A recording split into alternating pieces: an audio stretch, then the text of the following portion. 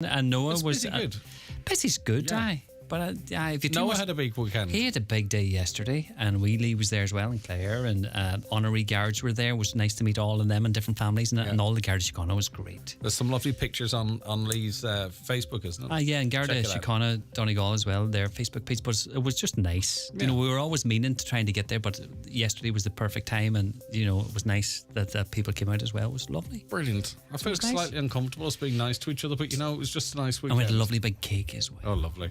Thanks to the lady that made the cake. You know who you are. And then there was a rocky road to make because it was gluten-free, right? And see, before I left the house this morning, I got myself a big wedge. Is there of- marshmallows in Rocky Road? No, but no, this was extra nice. Okay, lovely. Excellent. That was for breakfast. Yeah. All right. Before I left the house. Good man. I loved it. I'd say so. That's a sweet, isn't it? Oh, it's lovely, aye. Right, okay.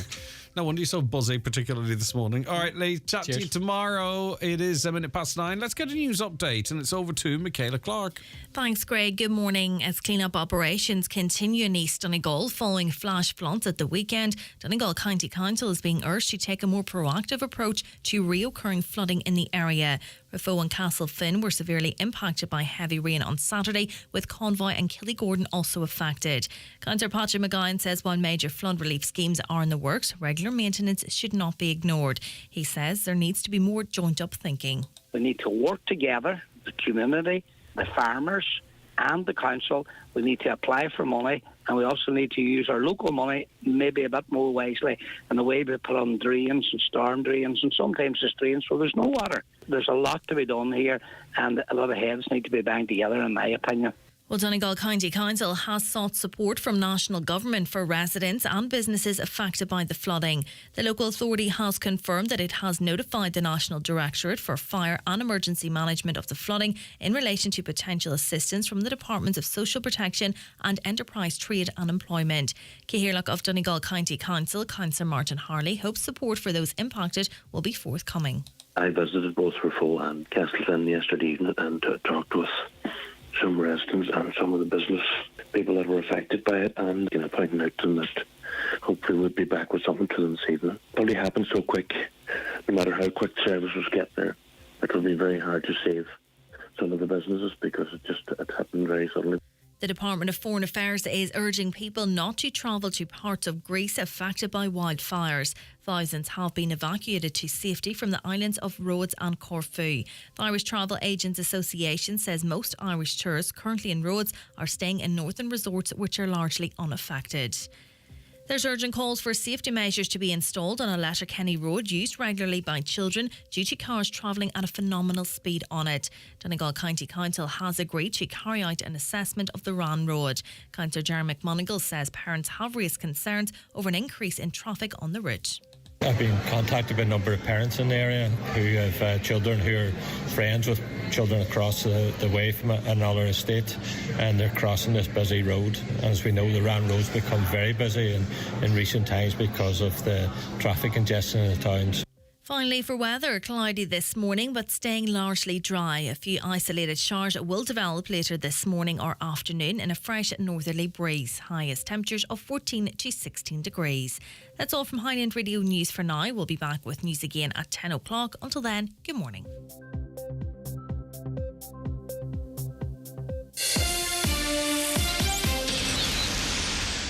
Sometimes it's all about chilling out. At Curry's, our experts will deliver and install your new fridge freezer for half price. And we'll take away your old appliances for free. Get the Beko Pro Harvest Fresh American-style fridge freezer for only $8.99. And save €50 on the Bosch Series 4 fridge freezer, now just $7.99. And you can chill out. Curry's experts deliver and install your new fridge freezer worth €500 and over for half price. Shop in-store or online at currys.ie. T's and C's apply. See website for details. The county's #1 talk show, The 9 till Noon Show on Highland Radio. And now, it's time for the talk of the Northwest, The 9 till Noon Show with Greg Hughes on Highland Radio. Hello, good morning. It is 4 minutes past 9 on this Monday, the 24th of July, 2023, and you're very welcome along to another edition and another week of the 9 till Noon Show. How are you keeping it? I do hope you are all well indeed. I know some people are Well, waking up for the second day to the devastation of the floods which struck East Donegal again. We had effectively much of July's rain falling in 4 hours on Saturday evening. Were you affected by that? Have you a comment to make on it? 086 60 25,000. That's the WhatsApp and text number. Severe flooding too across the border. Feel free to have your say. 0035386 60 25,000. Just feeling for those businesses not able to open up this morning. People going down the stairs or across the hall to their home, which is once again flooded.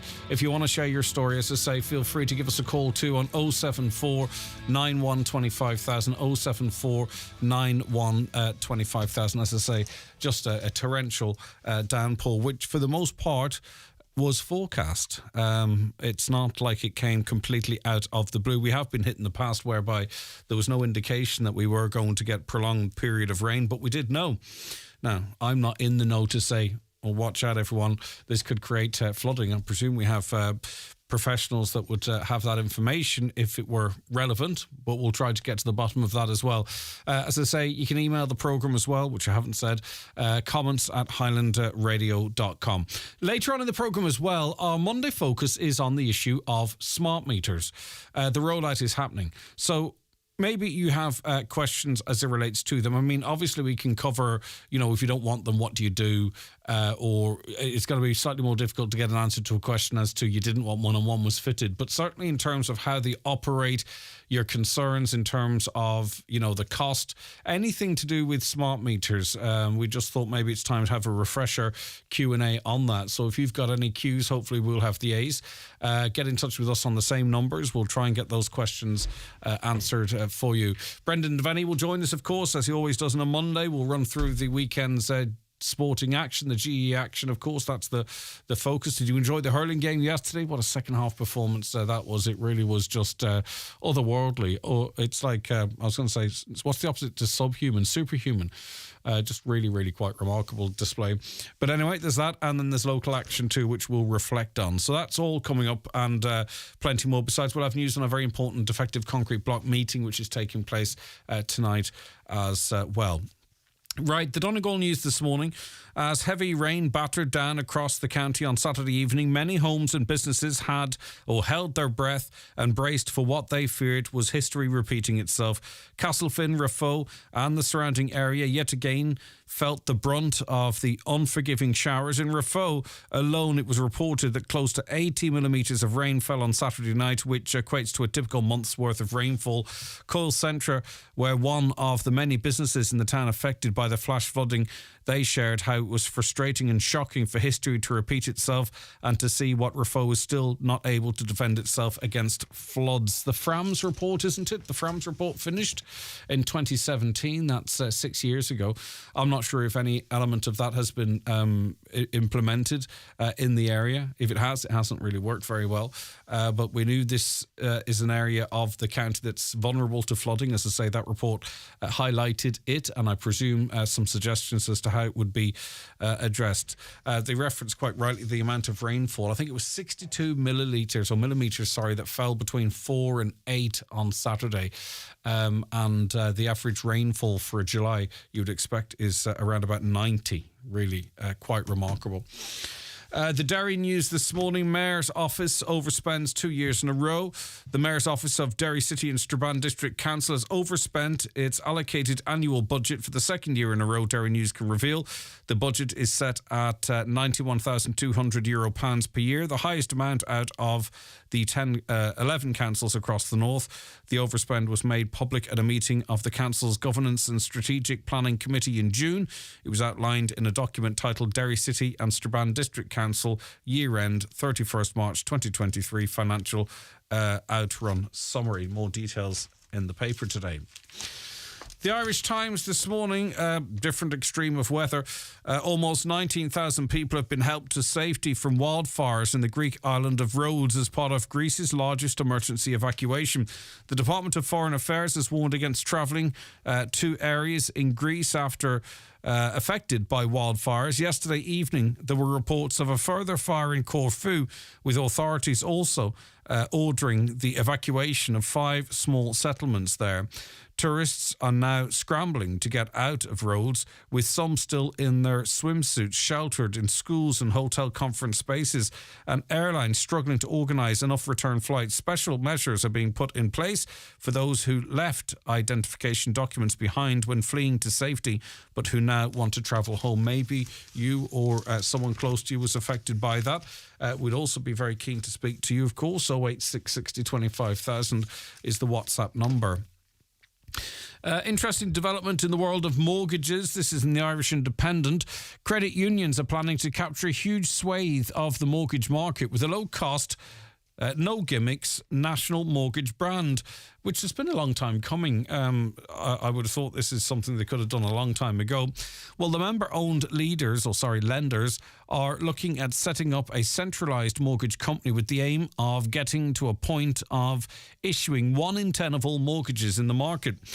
Such a centralised service company would allow the sector to have common mortgage rates, a centralised underwriting facility and shared marketing. This could see the sector issuing $1 billion worth of mortgages over the next 7 years. It is proposed mortgages would become a core offering of the sector. The plans are outlined in a proposal document marked confidential, put to credit unions at a meeting in Athlone last Monday. But of course, obviously it's been leaked, and there is the information. The Irish Daily Mail this morning: an independent Dublin City Councillor has dismissed the Justice Minister's claim that Dublin is safe and said some parts of the city were worse than The Wire. Now, that's a programme out some time ago about crime in Baltimore in the United States. Well, Mannix Flynn, who is also the Vice Chair of Dublin City Council's Policing Committee, said this problem has been gathering for years, and the only response by this government has been fake Garda station openings and fake promises. Certain areas of the centre are worse than The Wire, the TV crime drama. Violence is endemic. There are no consequences to that violence, and the people are abandoned. For citizens, policing does not exist in the city. Even the Gardaí will tell you that. There is no evidence on the streets that the agencies of the state are prepared to battle pure criminality. No protests in these areas, funny enough. Commenting on the increasing dilapidated state of parts of central Dublin under the stewardship of Dublin City Council's Chief Owen Keegan, Mr Flynn said, this has created an atmosphere of fear and foreboding, and the response of the state is to encourage legalised public street drunkenness with on-street seating outside pubs. But obviously people are also publicly dealing drugs and other brandishing knives. And you speak to people in Dublin who've lived there for quite some time. They believe it's not safe. But the Justice Minister believes it is, as does the Pascal Donoghue, I believe, also said he believed that Dublin is safe. Funny enough, the Justice Minister, though, in saying so, was walking through the streets flanked by a number of Gardaí. So, of course, in that situation, you would feel safe. I do wonder, and I wouldn't want her to, would she feel as safe on her own walking those same streets as night sets in? I suggest perhaps not.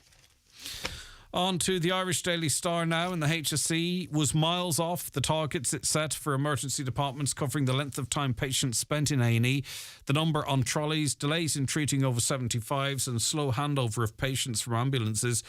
In a board strategic scorecard, unscheduled care was given a rating of just 1 out of 5, with significant concerns targets were again not going to be met this year. According to the figures which were shared with Health Minister Stephen Donnelly in April, a daily target of 236 patients on trolleys in A&Es had been set for 2023, but the actual figure was 352 in January and 326 in February.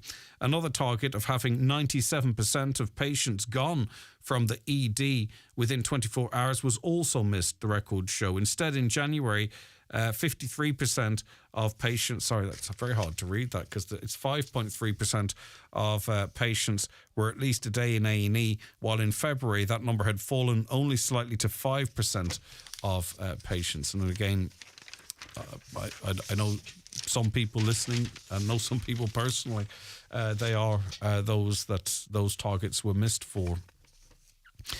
On to the Irish Daily Mirror. Twitter owner Elon Musk plans to replace the social media site's iconic bird logo with an X as soon as today. The blue emblem, known as Larry the Bird, has been Twitter's emblem since its creation in 2006. Yesterday, Musk tweeted, "And soon we shall bid adieu to the Twitter brand and gradually all the birds. It's if a good enough X logo is posted tonight, we'll make it go live worldwide tomorrow." Eventually, Musk posted a video of an X overtaking the bird. He was tweeting all through Saturday night. I did notice, almost as if he was out at the same time.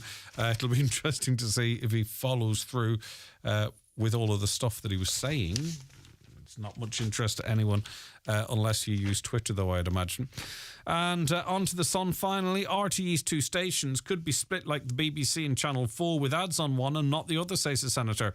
The Irish broadcaster is presently dual funded with income from the €160 licence fee in advertising. In the UK, the BBC is primarily funded by the licence fee payer. However, Channel 4 does not receive any public money and is backed entirely by its own commercial activities. Fianna Fáil Senator Malcolm Byrne, a familiar voice and face from those committee meetings. He's a member of the Oireachtas Media Committee that has been grilling Ryan Tubridy, an RTE executive, says that a similar model could work here too. He told the Irish Sun there are a few examples of these models around the world, and goes on to list them there. Right, OK, that's a run through the newspapers this morning.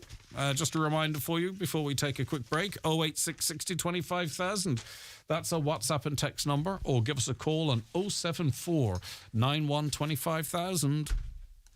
The newspapers are courtesy of Kelly Centra Mountaintop Letterkenny, the 2022 C-Store National Off-Licence of the Year. Tá mudna in ESB Networks ag gobar lena chintu go bhfuil síl glán letrach in ándún go léir in éidean. Agus mar chud san chlór náisiúnta an méadrú cliste, tá méadid cliste letrachis á sitsálinis agan de cheantar. A bhuichastó is beag billa measta a dheofatú. Cáir se leat súla chuineal an méid letrachis a úsáidin tú bhealach níos fearr, agus ba fáil agad thorgaí agus seirbhísí cliste. Déanam mit sangó leat ribh hitsal de bhéidir. Tá tuile ólis le fáil ag esbnetworks.ie/smart meter. We love summer at Dunnes Stores.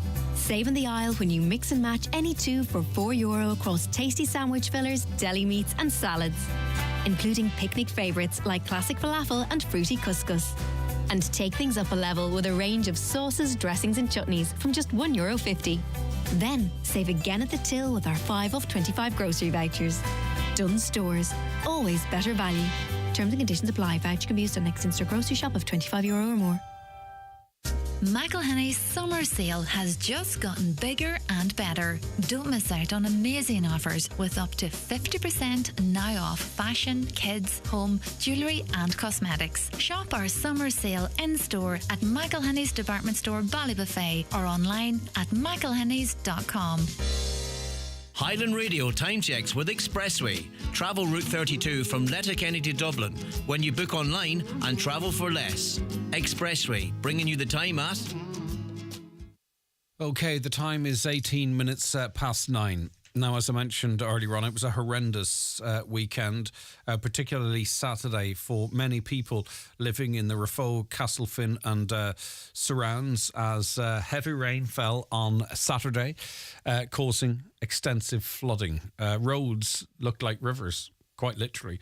The centre of Raphoe had water gushing down side streets and washing through the Diamond. If you didn't see any of that footage, we are going to be running some of it here for those of you watching the stream. Dale joins us now in the programme. Dale, thanks so much for taking the call. I do appreciate it. Morning, Greg. How are things? I'm all right. Now, it was your parents affected by this primarily, wasn't it, Dale? What did they go through? It was, well, again, with the heavy rainfall, Greg, we kind of knew that it's going to be a repeat of history again in Raphoe. And my parents' house, the water came through the front door, down and through the sitting room, into the kitchen, and out the back door, resulting in it running out into the backyard as well, which was totally destroyed with trenches 1.5 foot deep. Concrete broke. The mains power line down to a back shed is lying bare. the rear shed where I do a bit of screwing about the cars and stuff on my own. Tools, equipment.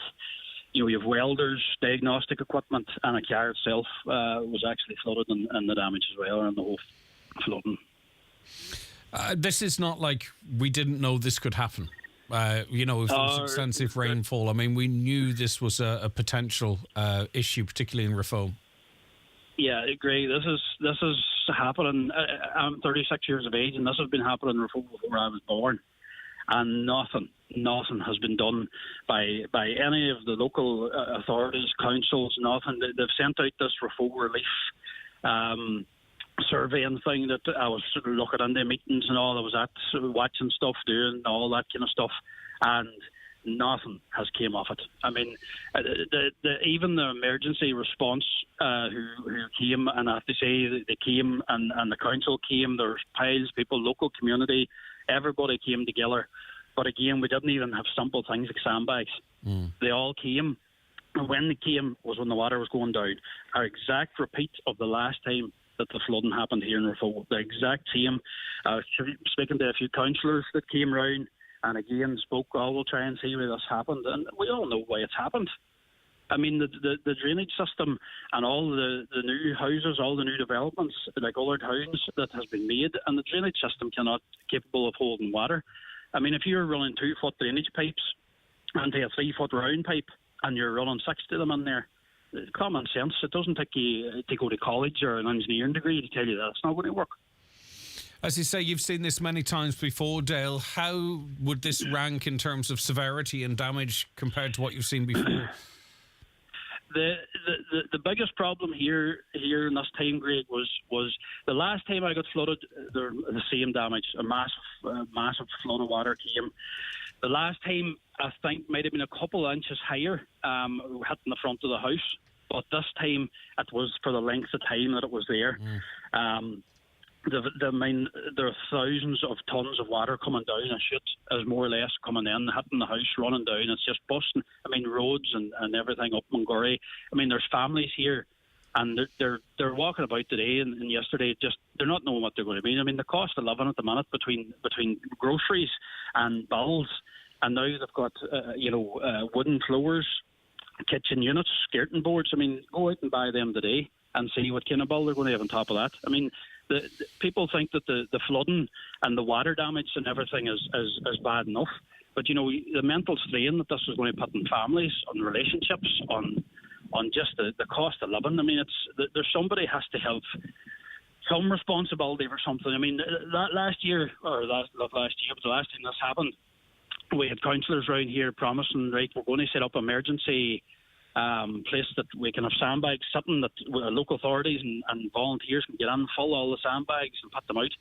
I mean, when the fire service landed here, we were all standing. I mean, there's nothing you can do about the water, but we didn't have any sand. And this is the same. I mean, it can't cost that much. The council couldn't put a load of sand somewhere and have sandbags sitting dry. Now, obviously, I know we can't have sand. You can't have them pre-packed, of course. Yeah, they rot. But you can have a central space where there are dry bags and where there is sand, because there was desperation. People putting out posts and what have you. We need sandbags. It's an emergency. People were fighting to try and save their properties. It was, Greg, when this happened, I mean, it was that bad that the town was closed. The roads were blocked. You weren't allowed in or out of the town. And it was like a scene of Armageddon in the town with blue flashing lights and amber flashing lights, And you had, in the middle of the town here, it's an older community. Mm-hmm. And they're sitting there getting their pension every week, trying to pay their bills, and they're looking at their carpets and their old chairs, that sentimental stuff, getting washed away in water. Never mind the sewers overflowing. And I appreciate people the councillors calling around, talking about what they're going to do, but talking isn't going to be enough the damages last time cost me nearly €10,000. And there's one thing that I can't guarantee that this isn't going to happen again. There's one thing I will guarantee. There'll be no insurance men driving around the day throwing out money at people. No. It's early days yet. Do you know if you're covered by insurance this time, Dale, and your family? No, I have to make, it's a vague area here in Rafo. Yeah. I mean, The last time I went to get insurance, they made it and stated it very obviously clear, as it has gone back a few years, that you weren't insured for flooding in Raphoe. No way, they're not taking that risk. But they'll insure me if a plane crashed into my roof of the house. Yeah, I get you. So I didn't know whether to take that gamble or not. You know, the insurance companies take premiums for everybody, and then when you're here, the obvious stuff like a flood of water, I mean, that could happen to anybody. They're not willing to take that risk. You know, it's complete madness. But you know, the councillors here and everything else now saying what they're going to do, and we'll get a report on why this has happened. We all know why it's happened. We don't need a report. We need an emergency backup system here in Raphoe. I mean, there was a red warning for rain here in the area of Raphoe, and there was still no emergency response or no emergency setup until it was too late. If this was down the country a bit or down near Dublin, the whole of Ireland would have been shut down, and they would have got lorry loads of sand from a beach and had a sitting so people could shovel stuff in. But again, here in Donegal and these wee back towns, I mean, the businesses alone in Raphoe, everybody kicking together and sweeping all out, they have to open to keep themselves going. They have to clean up, they have to repair whatever they have just to get themselves open again. I mean, there's where's all the support? There need to be somebody coming now to the town. And I'm not talking about in the weeks. I mean, today they need to get up off their chairs and out of their offices and up into Raphoe and speak to the local people. Speak not to the people who think they know what they're talking about. Go and grab a look at the farmers who've been farming the land for 60 or 70 years, know where the flow of water comes and goes. Go and get the sand organised and bags organised. It gives heavy rain again for them the next week. I mean, the mentality for some of these pension people that's sitting in their houses and they hear a shower of rain, do you think they're going to sleep right? No, and I'll talk to them. I know. You know, yeah. Right, Dale. No, go ahead. It's just a massive problem that needs addressed, and there's always a noise made. Always, and as I say, I'm just another person who's making a noise about the flooding and the damages and everything else. But to give you just a guide, my shed level is 7 foot above where the burn runs. Wow. Okay. And my shed was flooded with 2 foot of water. That's 9 foot. It had to, right. Now, that's the level that we're working with. It's not just a run of water at people's houses and not. It's destroying the town. The local roads. Obviously we had the FRAMS report in 2017 looking into, flood mitigation in Raphoe. That's all maybe medium long term. Are you aware of any measures that were taken in the short term to try and make sure drains were big enough to make sure there's proper drain maintenance? And of course Greg, they haven't been a shovel put in the ground. There haven't been a shovel put in the ground as far as it goes for drains or nothing. And fair play again, Glenard plant and all arrived that night, sucking drains and blowing drains, blah, blah, blah. But it's when the water is here, that's when people's homes are flooded. Yeah. They need to start acting before the damage is done. Dale, did you look at the weather forecast before the flooding and think, right, I had sandbags at my door before the water started to run. Right. But I had six sandbags here in the shed because this happens. I mean, this isn't a freak thing. This isn't I had sandbags. No, it wasn't enough, but we put them at our front door. But I mean, the pressure, the video of the water coming across the road, hitting the house, with the window and the door. That's my parents' house where they're living. I mean, a lorry load of sand up in front of that door wouldn't stop it. Yeah. But it's the other people, like we knew we were beat, so we started to carry sandbags on down when they arrived. We went on down to the other locals, and it's a row of pension age people down there who were carrying sandbags and they're standing with wee brushes. I mean, it's heartbreaking. And it's the fear and not being able to feel secure in their own homes. Dale, listen. Oh, of course. But Greg, I do want to say this, and I know I'm going on about it. No, it's fine. This is you'll very have important. a pile of councillors. You will have a pile of councillors now coming on, saying what they're going to do, and we're going to look at this. Come on in a month's time again, and see what them councillors have done. Bar talk about it. And I'll take the phone call in a month's time again, and I'll go round, and anybody that wants to say, well, he done this for me, I'll note it down. But the councillors are talking about doing this, we done this, we'll do this. Nothing has ever been done in Raphoe. Yeah. And I challenge any of the councilmen that want to come out and meet me. I can show them the devastation in my yard and my shed and everything today. And anybody wants to see it, I'm here. Like I've took time off work. Thank God they were very lenient to do what had happened. So I'm down Monday the day from my work. I'll be down with the stuff I've lost in my shed. I'll be down the damages and getting rid of all the stuff that is ruined. You know, it's just an ongoing circle. And then by the end of the week, God knows it could all happen again. All right, Dale, listen, sorry you're going through this again. Sorry for what your parents are going through. We appreciate you speaking with us and very strong words. And we will speak to councillors. They themselves, I presume the argument will be that they can make representations, but it's not they themselves that can go out and do this work. They can plead with the executive to do it. But anyway, as I say, I'm not here to... we'll speak to councillors and get that viewpoint as well. Rachel Leaper of Rachel Leaper Hair and Makeup, based on the Diamond in Raphoe, which was it was full tide, effectively, is what it looked like over Saturday. Rachel, what kind of damage has this done to your property, your business? Well, on Saturday, my work, and I went home. No, sorry, I went to go get my child from the babysitter, and I was going home to my house, and the roads was shocking.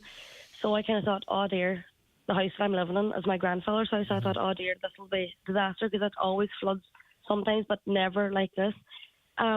We went to the house, and my child was literally on the ground squealing. The water was as high as the radiators. Everything was destroyed, like everything. So anyway, we rang parents and stuff. Everybody came, and we were there about an hour, and I got a phone call in to say that the Salon and Raphoe was flooded. So my uncle had to actually take me in on the tractor, because obviously the roads was all busted banks. You know, you couldn't get across, you'd ruin your car. So went in, and thank goodness, like, it's bad enough, like, I'll need new floors, new skirting and new carpets and stuff like that, but there is a lot of businesses that has really, really been badly affected, like, because of it, and I do feel really sorry for them, as you say, like, the older people in their houses and all that, and it's really bad. The council needs to address the problem of the water situation in Raphoe, because it's just not good enough, like. And you got the double hit, the house and the work, Rachel. It's heartbreaking. The house, like, literally, we have lost everything from, like, everything. We don't have anything at all. Everything was destroyed because it was all contaminated water.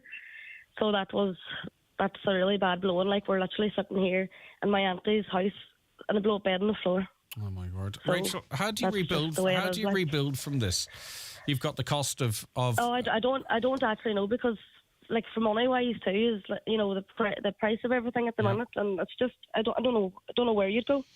Well, there have been some calls for national support to come in and support people like yourself. I really hope those calls are followed through on. But you've got enough to be dealing with, running a business in difficult circumstances, you know, family as well. And now you're having to deal with getting your house back into a livable state and your business up and running. But as we heard from Dale, you could do all that this week, and we don't know what's going to happen next weekend. True, it is. It's awful. Like, it's just such a I don't know how you'd even do it. Right. Listen, Rachel, let us know when you're back up and running, so we can give you a plug so people know as well. I know you can use social media and word of mouth, but if it's of any help, let us know, and we'll let everybody else know as well. Okay. Is there anything else you wanted to add, Rachel? Thank you. Okay. No, you're happy enough. Okay. Take care of yourself. Councillor Patrick McGowan, sorry to hold you. I just wanted to wanted to get the voice of those affected, and we'll hear more voices shortly. This is just horrendous, and we'll get to the whys. But in terms of supports for these people, is there any movement in terms of, you know, a fund, a national fund, anything that can be drawn down on to help these people to rebuild their businesses and their homes? Yeah, well, the Director of Service, Gary Martin, was issuing a statement yesterday, issued to all the council, made a public statement. They have obviously informed the various relative departments, and they've also putting up information today about private houses, you know, about supports that will be there from the Department of Social Protection, and also for businesses, the different supports that will be coming out of the Department of Enterprise and Trade and that. So a lot of that information will be put up there live, but someone's up there before, this information will be put out there when we had flooding, unfortunately, in Annishone and other places. So the council has sent an email out to say that they will be addressing that today, making it public and doing statements and all Donegal, and to making the different bodies, relative bodies, nationally aware of the okay, it's covered in the media, but letting them know the extent of the trouble. And there's households here as a part of these major projects, as I say, Raphoe, Lifford, Castlefun, Ballabafay. They're obviously they're taking too long, but then some of these were localised floodings that were really the responsibility of Donegal County Council. Well-known issues. You had Lawrence McManaman on there earlier in the year. The road was completely washed away up at Glenealy, Dumfergus. Council rebuilt the road, but done absolutely nothing to work with farmers and put in drains, and lightning and strike began up there. So, let me ask you, stuff for national government and stuff for local council. But why? Just talking directly to some of the concerns we've heard, why has nothing been done? What is the problem? Because for the 3 years. Sorry, there's a major scheme ongoing, the flood relief scheme in Raphoe, Lifford, Castlefun, Ballabafay, and recently Donegal Town, and other ones are added on. Because you're dealing with rivers and waterways, you have every department that can be, from Europe down, all having a say, and it has to end up going front and both and all that. So make one single mistake, or if they leave something out, it'll be like a bypass, it'll be stopped, and you'll have to go back to the start. It's very slow. But in fairness, the Minister, Boxer-Moore, when he was down here 6 years ago, and Minister since that said if there was a specific issue out of the major projects here that needed addressed straight away, providing they were planned and studied, that they would look at that. And like you're talking about the centre here at Castlefun, somewhere that's nothing to do with embankments in Castlefun, for example. That there needs to be designed and fast-tracked, and that work could be done. So there is a certain scope there. They need to get on with it. Plus, the need, as that gentleman Who's they, said earlier, Who's they, though, Patrick? Who is they? Let's look at some of the projects in Donegal, Lifford, Raphoe have been done on the Office of Public Works. Some of the other projects, Castlefun, Ballabafay and Slarder, and others across the county, have been done with the council under the Office of Public Works. Everything goes on to the Office of Public Works. Yeah, but these are all, listen, and I spoke about the Donegal Town Works, and we're going to do, new ways of doing things that have never been done before, and all that's fine, right? But Raphoe and Castlefin and areas around them have been devastated over this weekend. That means nothing to these people. They want to know what's going to be done this week. The local problems are known in terms of, drainage blocked or not able to take the amount of water, bigger drains, localised places where sand is stored in a dry place with dry sand bags, stuff that can be done now, long-term plans that might not... I think when I asked about the Donegal Town flood mitigation, which was the last one we talked about, there was no time frame for it. There was no, we can't... How long is a piece of string? These people need words now that talk of today, tomorrow, this week, not the promise of, major flood mitigation works over the course of multiple years. No, you're right. So what can be done in the short term to say, right, we have got your back. Rachel's paying her rate. She's paying a water charge. She's got no business today. She would be within her rights to withhold her rates and say, and the amount she spends on water, and say, well, what's the council doing for me? So outside of mentioning the OPW, this, that, and that, what can be done to protect the people, the homeowners and businesses right now of Raphoe and Castlefin? If the answer is nothing, Patrick, we'll just say that. That's fine. So we all know. If the answer is nothing, say never it. Nothing. Some of these issues, and not every flood in the same town is caused by the exact same reason. As I tell you, there was a month's rain dropped in a day and so on, and a lot of the gullies probably wouldn't take it. But a lot of these, as that man said earlier, there's a lot of localised people there do know there's certain black spots that if they were tackled, and some of that, the county council, senior management in the council can apply year to year for small remediation works to do to alleviate flooding. They go on, they study it, they give an engineer's report, and go to the Dublin. And they have been getting, it's like the low-cost accidents at Crossroads. They do get money every year, but there's obviously things in Raphoe and Turkey and Castlefun, and the ministers did say if there's a specific issue within a town, they can apply to it. Why it's taking so long? Everything now is the same. It's consultants upon consultants, but I do know, and I've called them out very clearly. We have an area manager here. She needs to be working with her management and need to demand action. The councillors will do that, and yes, the councillors will be that, because they are the messengers. They go out to the public, like the postmen, they hear what the people say and they go back to Lifford, and they are quite frustrated. And I know all of the councillors in this area, this time, the last time was only Showan or Donegal, and we just have to keep after it. I just can't help but feel that if this was flood water that was affecting the council offices in Lifford, that there'd be diggers on the ground tomorrow or the day after. You know, like, I'm not saying that's the case, but it was like, oh, you can't have the council offices in Lifford flooded. Yet the people of... And listen, I'm not saying it's your fault, but people need to hear that the people of Raphoe and Castlefin feel neglected, left behind. Like, of all you say, why? Can you answer why there is not a central area that has sand and sandbags?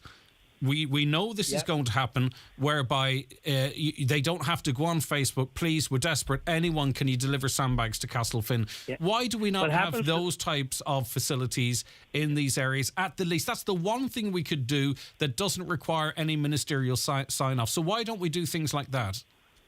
Yeah, and these things, and you'll be well aware of it, and your colleagues attend council meetings, and they do come up, and it's not always in the winter, they do come up. The council has given promises.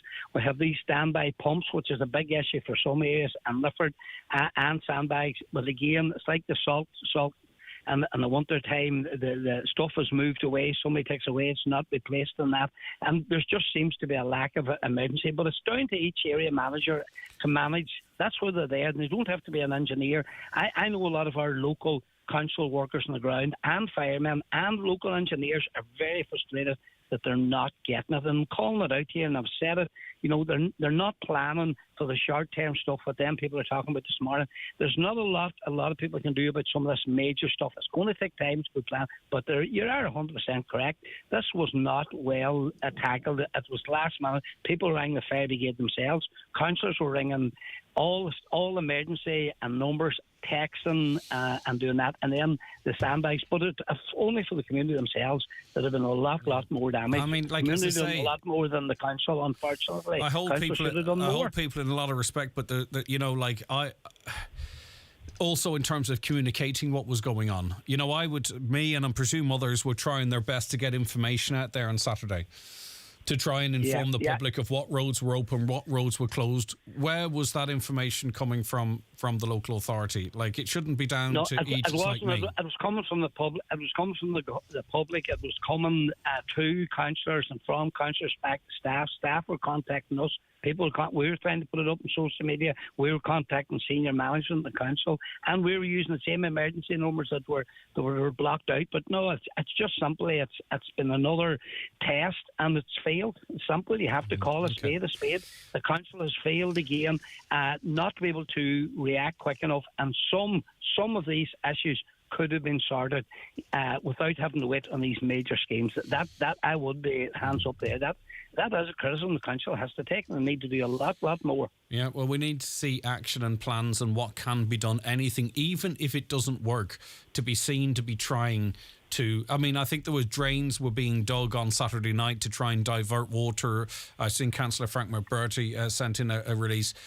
Drains were being dug to try and divert water. Why was that happening after the fact? Why are those emergency drains or whatever it might be not already in place to divert water? Yeah. You know, what we can't forget in all of this is that this is not roads and buildings. This is people, and older people in many cases, whose lives have been disrupted beyond recognition, at least in the short term, living in fear. These are people that we can't let this happen to again, or we have to at least try and to limit it into the future until such time as these major works happen. But they kind of get house insurance. Yeah, well, I look like everybody else. I've gone around this morning with Minister Charlie McConlogue. He rang me yesterday about it. He said he would go around, and I says, look, you won't see the flooding now, but you can at least talk to some of the people, Kelly Gordon, Castlefin, and gone over to Raphoe there. And I have said to them, some of this stuff lies at the door of the council, not necessarily with your colleagues in Dublin, and you need, as the minister as well, to call a spade and kick back the same as we are doing. And, you know, the government ministers that get criticised, but sometimes they can't come down and reach for a shovel themselves every time the flood. And they do expect a bit more from management. We talked about emergency planning for years. 10 years ago, I asked them to work closer with farmers. 3 years ago, Councillor Liam Blaney put in motion on let's work with the farmers and local people, sort out some of the local drains, work together, give pipes and that, and it's still only been done half-hearted. Right, well, we'll put a call in for the Minister to see if he can give us any, or if he's available to give us any insight into what reaction there will be from a government level to address these issues, or what funds that might be available. Hopefully you might be privy to that information. But for now, Councillor, I appreciate it because I know you're onto a meeting as well. So apologies if we delayed you getting there. But you know yourself, it's an important issue. Thank you very much. Important. Yeah, more important. Yeah, thank you. All right, Councillor McGowan, thanks very much indeed for that. Right.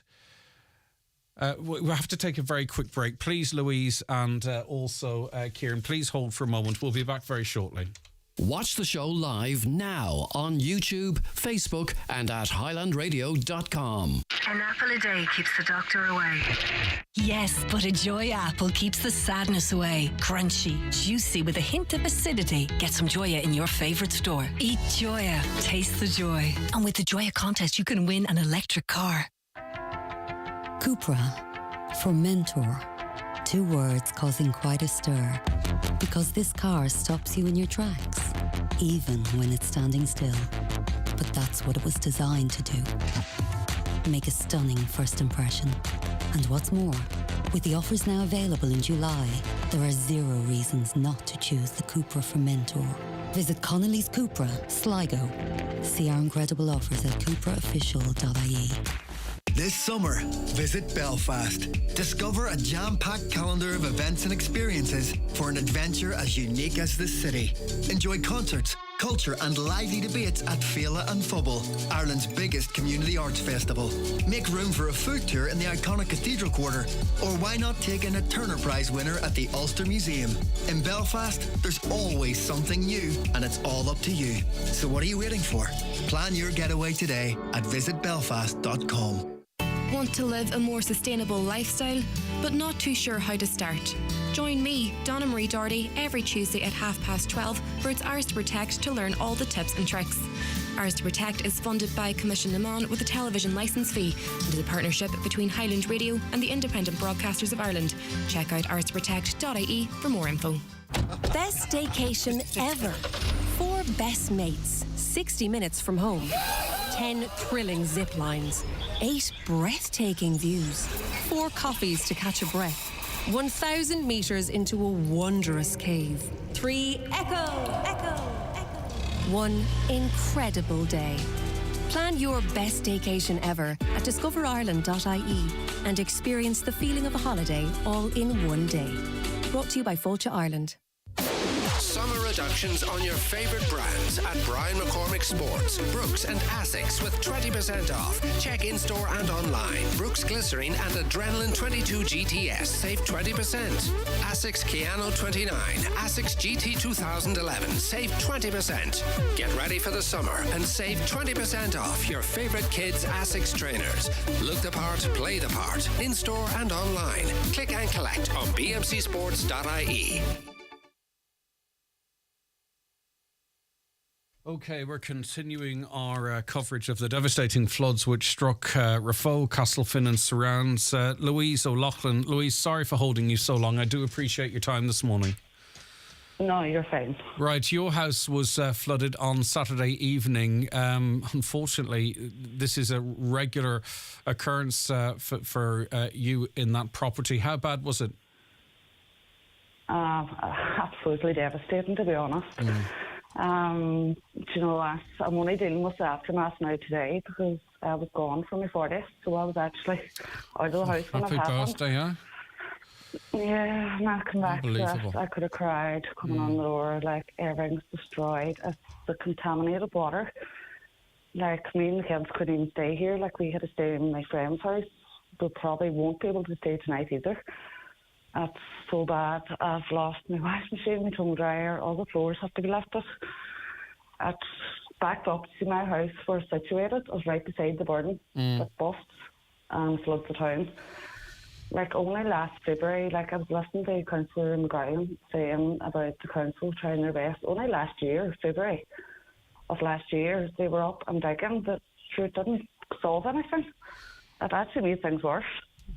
See, I don't understand even something like an early warning system being in place. Like, you hear that all the time. Something that says, right, we could have an event, even if we could then organise sandbagging or what have you. But anyway, that's not going to help you today, son. I'm sorry, because that's just like just gaslighting you, to be honest with you.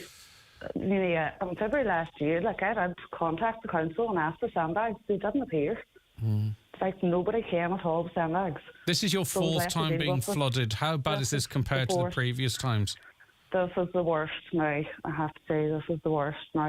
The ferocity of the water was that bad. It was busting on my back door. I think my house kind of saved the rest because it's backed up against the wall, just at the back garden. But then I got the worst of it then because it had nowhere to go. So your floors are gone, your carpets are gone, the house stinks because this is contaminated water, your white goods and anything on the floor is gone. How do you start... their shoes. It's the wee things, really, that matter to the kids. But how do you start rebuilding from this, though, Louise? That's what I don't know. I literally had nowhere to go this morning, and I was like, who do you ring? Nobody's signposted to you. Do you know what I mean? Who do you ring? What do you do? What help is out there? Do you know what I mean? And I was so lost this morning, and I actually, because these are spawn houses, they're not council. So there was no emergency out of hours number that I could ring, even when I come back yesterday evening. So I had to wait till 8:30 this morning. And I was like, what do I do? I need dehumidifiers. I was so lost. Where do you get them? Yeah, I know exactly what you're on about. Where do I get them? Where do I start? Like, what do I do? I don't know. Louise, you were going to say something about your daughters there. Sorry, then I asked a question. Sorry, no, do you know what? It's not even it's the impact on the kids. Both my kids are on the spectrum. So, like, to be so disruptive in that kind of manner, do you know what I mean? Like, the routine, everything, like, my wee boy was so devastated. Their clothes are gone. Like, their clothes were sitting in laundry baskets and stuff like that. They're completely destroyed. It's the wee things that nobody thinks on. And then where's the help today? I'm still standing here in the mess. Yeah, I mean, because we should have, at this point, I would have thought we have in place a team on the ground that signposts and deals with issues. Like, why aren't we now? Why is there not an emergency response team in place to direct you to what supports are available locally, to discuss whether or not you need alternative accommodation, like a rent, like a hotel or whatever it might be, or, there's nothing there for you. You are there standing there going, well, where do I even pick these socks and shoes up off the floor? What's the point? Where do I start? What's the point? Exactly. Okay. It's the small things that you don't realise has an impact on this. Yes, we can clean up the mess. Yes, we can replace floors. But when you have the kids then in mind and you're thinking, like, almost so, like, out of place, and he didn't know where he was going, he was staying over at my friend's house, do you know what I mean? Yeah. It's them kind of things, and then there's still no help. Yeah, okay. I don't know what to say, Louise, other than I'm really sorry that you're having to go through this. And I know exactly, I think I do. I can't put myself in your shoes, but, like, where do you start? Where do you go? You've no guidance, no help. Obviously, you've got friends and families, as you've mentioned, that will support you. But in terms of, where is the emergency response team on the ground saying, well, what can we do for you today? This is where you can get dehumidifiers. This is where you can access some line of funding. It's just, there's nothing. No direction from the council, because when I was off away on my weekend, like, I was ringing the council and I had begged them to bring up sandbags. They didn't appear. Right, okay. And then I got to the stage that the water was too ferocious. They advised me then to ring the fire brigade myself. So I had to ring them, and one was dispatched them from Buncrana. And they rang me on the way that the centre and the other businesses needed the assistance, and then sure, the kids were left with their dad down in the middle of flood. Flood water, dirty water. Yeah. All right. Louise, I wish I could say something to help, but I can't. Thanks for sharing the story with us. Hopefully you speaking out does kick something into action that we don't need anyone. We don't need anyone standing around looking in puddles. We need action here now. You know what I mean? That's what we need. Absolutely. All right, Louise. Best wishes to you in the farm. All right, and thank you so much. on your 40th birthday weekend. I'm so sorry. No, that's fine. All right. Take care. Bye-bye. Okay. Kieran, hopefully Kieran of Kieran's Butchers. I know you're really busy, Kieran, and I appreciate you holding there. You took a hit on Saturday. Thankfully, they were able to get the shop open this morning. How bad was it for you guys? It was just terrible. So it was Greg. I was coming down the back opening there from the whole burn and everything, you know. I was up to your waist, nearly coming down. Yeah. And I went over in the back of the shop there, but we were very lucky we got the sandbags down in time, you know, we escaped it right and not too bad, like. Yeah. But all our businesses now was very, very badly affected. And Kieran, you've learnt then from history and were able to react quickly. Yeah. I presume the Kieran's Butchers in Rafo's been flooded before. Oh, umpteen times. The lady that's there now, she's 80 years of age. She's living with that now 60 years, like. She lives above the shop there. Yeah. You know, but the work that the previous owner done there before, you know, he dug a big, like a culvert the whole way down and diverted it on out. If we hadn't done that now, we would have been completely washed away. Mm-hmm. You know, because I took one of the firemen up and showed him the big pipe that comes down to the car park there at McBurdy's, and he couldn't get over the flow of water that comes down there, you know. But it's completely unreal, like. All right, okay. But you're back open today anyway. We're back open now, and this morning there, we're open right near then. We've got things sitting down now. But the road's badly damaged in front of you, isn't it? Oh, the whole entrance there onto the back of the shop's completely washed away. The whole burn lifted up, you know, the slabs and everything all lifted up along there. Then run over on the deal then, you see, the road and everything. All right. Okay. You know. Something needs to be done, Kieran. Oh, it needs to be done some big time now. I don't know what will need to be done. Things need to be sorted out right and quick now. By the time it comes to drop of rain now, heavy rain, your heart's in your mouth, like. Yeah. All right, Kieran. Listen, you know, good to see that you were able to get in situ quickly. All right, thanks very much indeed, Kieran of Kieran's Butchers in Rafo, which is open for business today. I think we're going to have to come back. I'm not going to be able to get through everyone, so we're going to have to come back to some of this. Hopefully, Lawrence, if you could please hold and come back to us after 10, Lawrence, or hang up. I'll come back to you because I know I spoke to you the last time and I would like another chat with you. Just some further political reaction first before the news at 10, because as we mentioned, it wasn't just Rafo, Castlefin also hit by devastating floods, and anyone watching on the live stream here can see the devastation of the water just in the middle of the town there. Councillor Gary Doherty, why are we back here again, sort of trying to make sure we learn lessons? We should have these lessons learned at this point. Absolutely, Greg, and I think the people on the ground, the people that are directly affected by this, they have no lessons whatsoever to learn because they know exactly what's going to happen. And everybody who was watching the rain all day on Saturday, particularly around 6 or 7 o'clock, and when they started to see roads that were turning into rivers coming down off the hills, I think everybody locally here knew exactly what was going to happen. So I think lessons that need to be learned. I think we need to be changing how we approach this going forward, and that's something that I'm demanding of both the council and what departments needs this to morning. be done? Because Councillor, I mean, obviously, this isn't a political issue. You're also an elected representative. You've also dealt with this in the past, and you're also, in your seat whilst it seems nothing is being done. So I'm not saying that. That's we heard that from callers earlier on. So what can you, as a group of councillors, do to try and make sure this doesn't happen again, or that people at least have some level of support and defence when it does happen? Yeah, so I think there's 3 very specific action points that we can do straight away, Greg. Number 1 is to fast-track any elements of the larger flood relief schemes that can be done in the short term, rather than waiting for the planning permissions for the detailed design and construction phases needed for the bigger schemes. So, for example, in Castlefin, that means that the larger flood scheme, which involves constructing big embankments at the river, there's a separate phase of that scheme which involves piping a new culvert across the road at McGlynn's restaurant there. That can be done in the short term. There's no need to wait for the rest of the scheme for that to be done.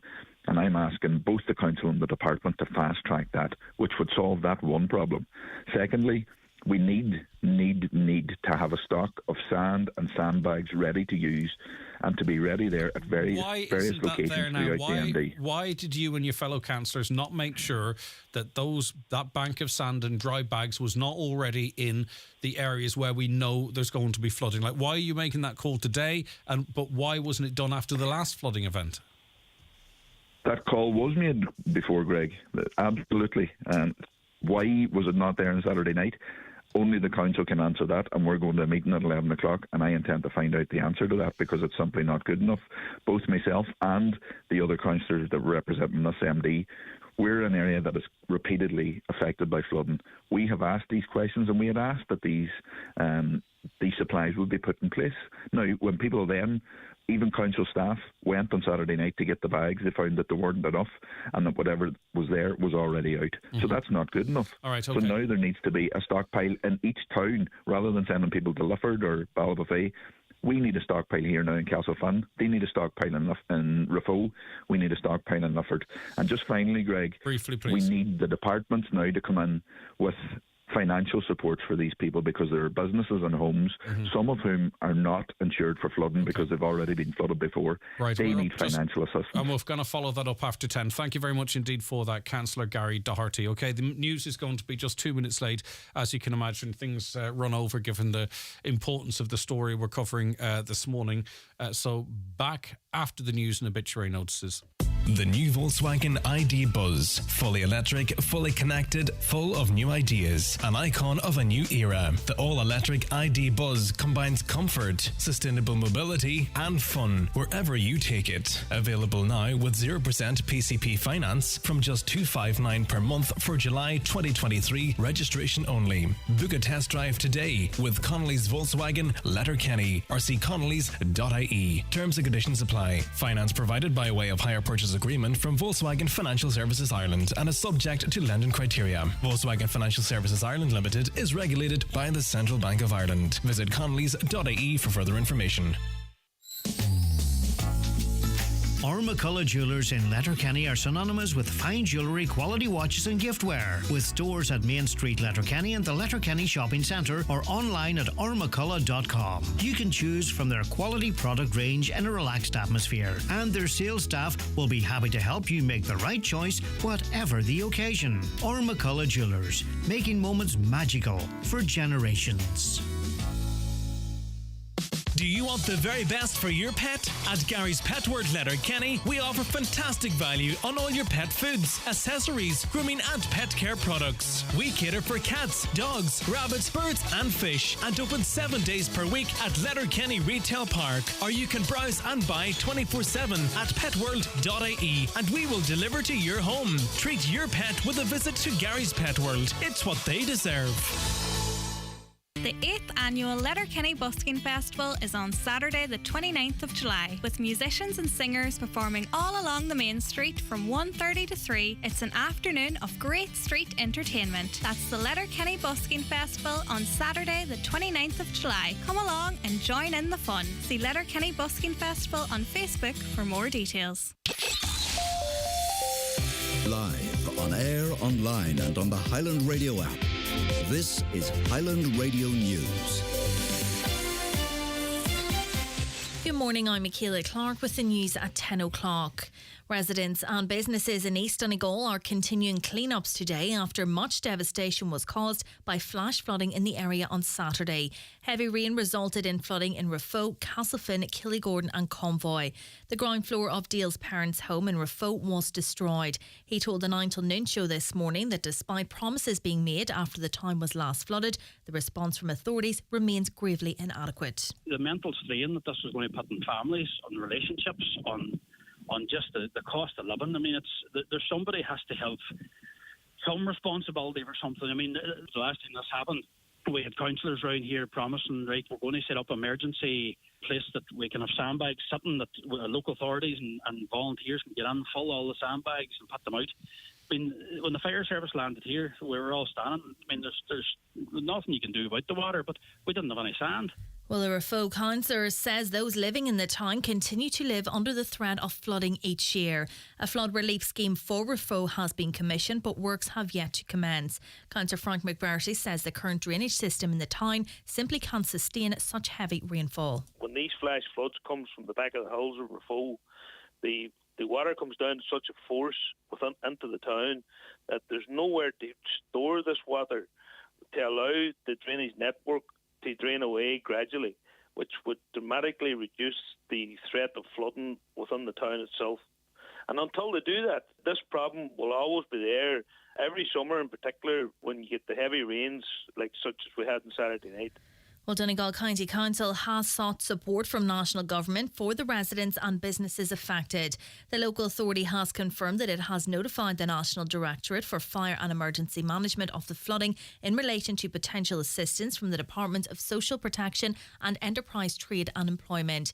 Cahirlock of Donegal County Council, Councillor Martin Harley, hopes there will be an announcement later today. I visited both Rafo and Castlefin yesterday evening and talked with some residents and some of the business people that were affected by it, and pointing out to them that hopefully we'll be back with something to them this evening. It probably happened so quick, no matter how quick services get there, it will be very hard to save some of the businesses because it happened very suddenly. Multiple people remain in a serious condition in hospital following a crash between Termon and Kilmacrennan on Saturday. Gardaí and emergency services attended the scene of the serious two-vehicle collision at around 3 p.m. Both drivers and passengers, all females and aged in their teens, 20s, 40s and 60s, were brought to Letterkenny University Hospital. Investigations are ongoing. Allowing pharmacists to prescribe certain medications could ease pressure on GPs. The Irish Pharmacy Union is welcoming the Minister of Health's proposal to expand the role of pharmacists in Ireland. Minister Stephen Donnelly's announced the formation of an expert task force to explore the issue, with a report due in October. Anne-Marie Horn, Executive Committee member of the IPU, says the move would benefit the public. It could help deliver revolution in patient care in the community pharmacy setting and help significantly shorten GP waiting times. It's going to be things like minor ailments. So these are generally defined as conditions that are minor in nature and can be reasonably diagnosed in the pharmacy setting and managed by medication supplied directly by a pharmacist. There's urgent calls for safety measures to be installed on a Letterkenny road used regularly by children due to cars travelling at a phenomenal speed on it. Donegal County Council has agreed to carry out an assessment of the Rann Road. Councillor Jerry McMonigal says parents have raised concerns over an increase in traffic on the route. I've been contacted by a number of parents in the area who have children who are friends with children across the way from another estate, and they're crossing this busy road. As we know, the Rann Road's become very busy in recent times because of the traffic congestion in the towns. Weather now cloudy today, but staying largely dry. There will be a few isolated showers developing this morning or afternoon in a fresh northerly breeze. Highest temperatures of 14 to 16 degrees. That's all from Highland Radio News for now. We'll be back with an update again at 11 o'clock. Until then, good morning. The obituary notices for this Monday morning, July the 24th. The death has taken place of Marie Hickey, née Campbell, Strand Road, Bombay, originally of Carrickmacross, County Monaghan. Removal from the Eternal Light Chapel of Rest at Mountaintop, Letterkenny, this afternoon at 3 o'clock, going to Roche's funeral home at Derrybeg. Her remains will repose at the funeral home from 4 o'clock until 8 o'clock today and tomorrow. Rosary nightly at 8 o'clock. Funeral Mass on Wednesday at 12 noon in St Mary's Church, Derrybeg. Her interment and the interment of her son David's ashes will take place in Maharagallen Cemetery after the funeral Mass. The funeral Mass can be viewed live on Kieran Rorty, Funeral Director's Facebook page. Family flowers only, please. Donations in lieu to the Donegal Hospice. The death has taken place of Mildred Nesbitt, Tardrum, Greencastle. Mildred's remains are reposing at Liam Collins' funeral premises, where you're welcome to pay your respects today from 4 o'clock until 6 o'clock. Funeral service will take place tomorrow afternoon at 2 o'clock in the Moville Presbyterian Church, Glencroe, followed by burial in the family plot at St Finian's Church of Ireland, Drumawere, Greencastle. Family flowers only, donations if desired to the High Support Unit, St Colmkill Village, Clonmany, care of Anne Doherty. The death has occurred of John Joe McGonigal, 3 Westview Terrace, Sia Mills, reposing at the family home. Funeral from the family home tomorrow afternoon at 1:30 for Requiem Mass at 2 o'clock in St Regis Church, Sia Mills. Interment afterwards in the adjoining churchyard. The Mass can be viewed via the parish webcam. Family flowers only, please. Donations in lieu of desire to the Foreign Hospice, care of any family member. Family time, please, from 10 o'clock tonight and before the funeral tomorrow. The death has occurred of Bridget Heron, 30 Glendale Drive at Letterkenny and formerly of Brina Glenswilly, reposing at her daughter Noreen and son-in-law Noel McDevitt's residence, Cabra, today from 11 o'clock until 10 o'clock. Funeral Mass at 11 o'clock tomorrow morning in St Columbus Church at Glenswilly. The Mass can be viewed live on churchservices.tv. Burial afterwards in Kilfeek Cemetery in the family plot. Family time before the funeral tomorrow, please. Family flowers only. The death has occurred of Alice Gallen, Crossroads, Killygordon, reposing at the family home. Rosary tonight at 9 o'clock. Funeral from the family home tomorrow morning at 10:30 for Requiem Mass at 11 o'clock in St Patrick's Church, Crossroads. Interment afterwards in the adjoining churchyard. The Requiem Mass will be streamed live via the parish YouTube channel. Donations in lieu of flowers, if desired, to the Donegal Hospice, care of any family member. Family time, please, from 10 o'clock tonight and before the funeral tomorrow. The death has taken place of John McMenamin, Dillett Ford Avenue, Coventry, England, formerly of Alf de Gort, Crossroads, Killygordon. Mass of the Resurrection will be offered for the repose of John's soul in St Patrick's Church, Crossroads, Killygordon on Wednesday at 12 noon, followed by service of committal at Lakelands Crematorium, Cavan at 4 o'clock. Family flowers only. Donations in lieu of desire to Anne Cran Oak, Autism Centre, St Patrick's National School, Lurgy Bragg, Kerf Sweeney Funeral Directors, County Mayo. Donations box also at the church. Mass will be streamed live on the St Patrick's Church, Crossroads at Killygordon YouTube page. The death has occurred of Bobby Bradley, Killay. Bobby's remains will be reposing at his son Martin's home, Kildrum Upper, Killay.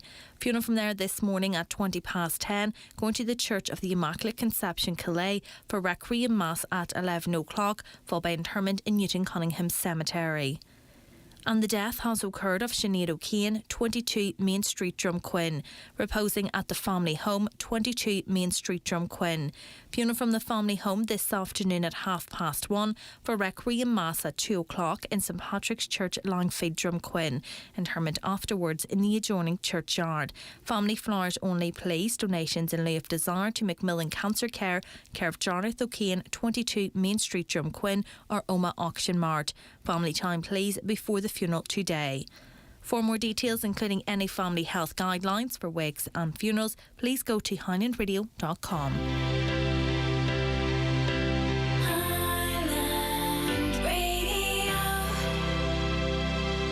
Electric picnic tickets are sold out. Or are they?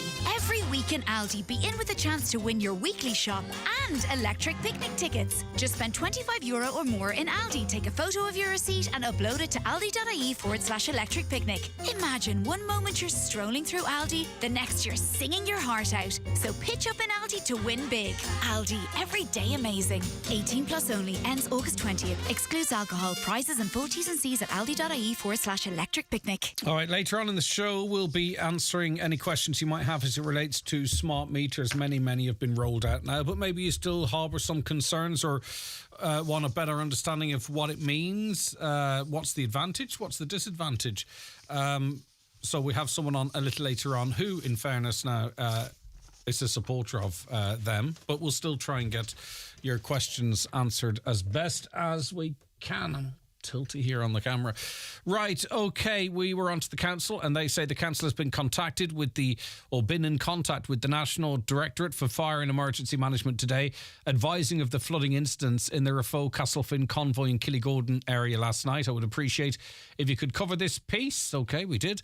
A council spokesperson, though, is currently not available until later today. They will be, because there is a council meeting on. And if you don't mind, and I said this on social media and I wouldn't mind doing so on the airwaves as well, we do know that our retained firefighters, and they're not just firefighters, our retained firefighters are in the process at the moment of trying to get a fair deal so that they can keep doing what they're doing in terms of protecting people and what have you.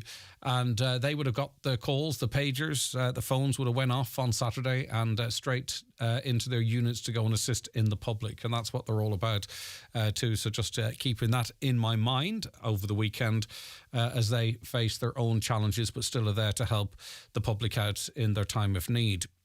This is in relation to potential assistance available from the Department of Social Protection and the Department of Enterprise, Trade, Employment to assist, respectively, householders and businesses affected by this flooding event, and they may be eligible for assistance under a number of schemes. The roads emergency number is 074 917 2288. Okay. Why isn't the flooding news heard on wider media channels? We truly are the forgotten country. I did see it on the BBC News, BBC Northern Ireland, in fairness. I didn't watch RTE, so I didn't see it over the weekend, nor the other one, Virgin. So I don't know what level of contact they had. I know I was contacted by a couple of people on RTE because I was trying to get the message out in social media, and what happens is all of a sudden you become interesting because they want to use your information. So I didn't reply because I was too busy, but I don't know if they had, if they got anyone on the ground eventually, but I wasn't available to do that work for them. Very surprised councillors hadn't that problem sorted in Rafo. It's even happening a lot where planning is got, but water is flowing out onto roads, causing flooding.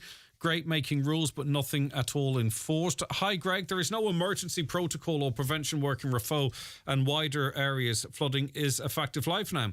The roads have been in a disastrous state for years. The drains are collapsing under the roads. For example, this summer, a dangerous hole drain opened up under the entrance to Montgomery Close this summer. The local authority said it was the responsibility of the estate to fix. Ridiculous. This is no action. There's no action from the authorities. Why the town is collapsing, says Lisa. Thanks, Lisa, for your text. Yeah, I just don't understand why we don't have now. Yellow warning. There was a yellow warning in place. Just to be absolutely clear and fair, there was a yellow weather warning in place for Saturday. And the weather models and all that language that you're familiar with showed that there would be a certain amount of rainfall. Then something changed and a red warning was issued, but too late on, but not so late that something couldn't have been done. The rain at its level wasn't forecast, as I say, until very late and I've spoken to people independent of Met Éireann as well. In fact, Alan O'Reilly from Carlow Weather, he doesn't have skin in the game, right? So I asked him, actually, do you know what the best thing to do is to read my communications? Because, as I say, I think this kind of information is important too, and perhaps important to be fair. So I asked Alan, was this level of rainfall forecast? And he said, no, was way out, so it wasn't forecast. And the rain seen in Rafo was red level. The yellow warning was issued very late in the day. The weather models didn't show that much rain until close to it, but still a very late warning was issued. And then he went on to say that adaptation is an issue. He says, I keep trying to we talk so much about cutting emissions, but so little on preparing for floods and extreme weather. And indeed, that's something maybe we could speak to Alan O'Reilly about, because that is important. If we spent as half the time that we talk about trying to prevent these things as to how we deal with them, I think that would be beneficial as well, wouldn't it? But we are going to be seeing these events. We need emergency protocols in place, lines of communications that kick in. A caller says, they're doing a greenway from Castlefin to Lifford costing $7 million. Should be spent on upgrading our towns like this. For 60 years, as I went to school, Sandy Road was flooded. The country's awash with money, pardon the pun, and I really understand where you're coming from, but there is nothing with the right intention. There's nothing to stop that greenway from Castlefin to Lifford being built. And also, flood prevention, proper flood preventions, or at least interim flood preventions being put in place in the towns and areas that we're talking of now. But I do understand exactly what you're saying, and I'm not in any way disregarding what you're saying.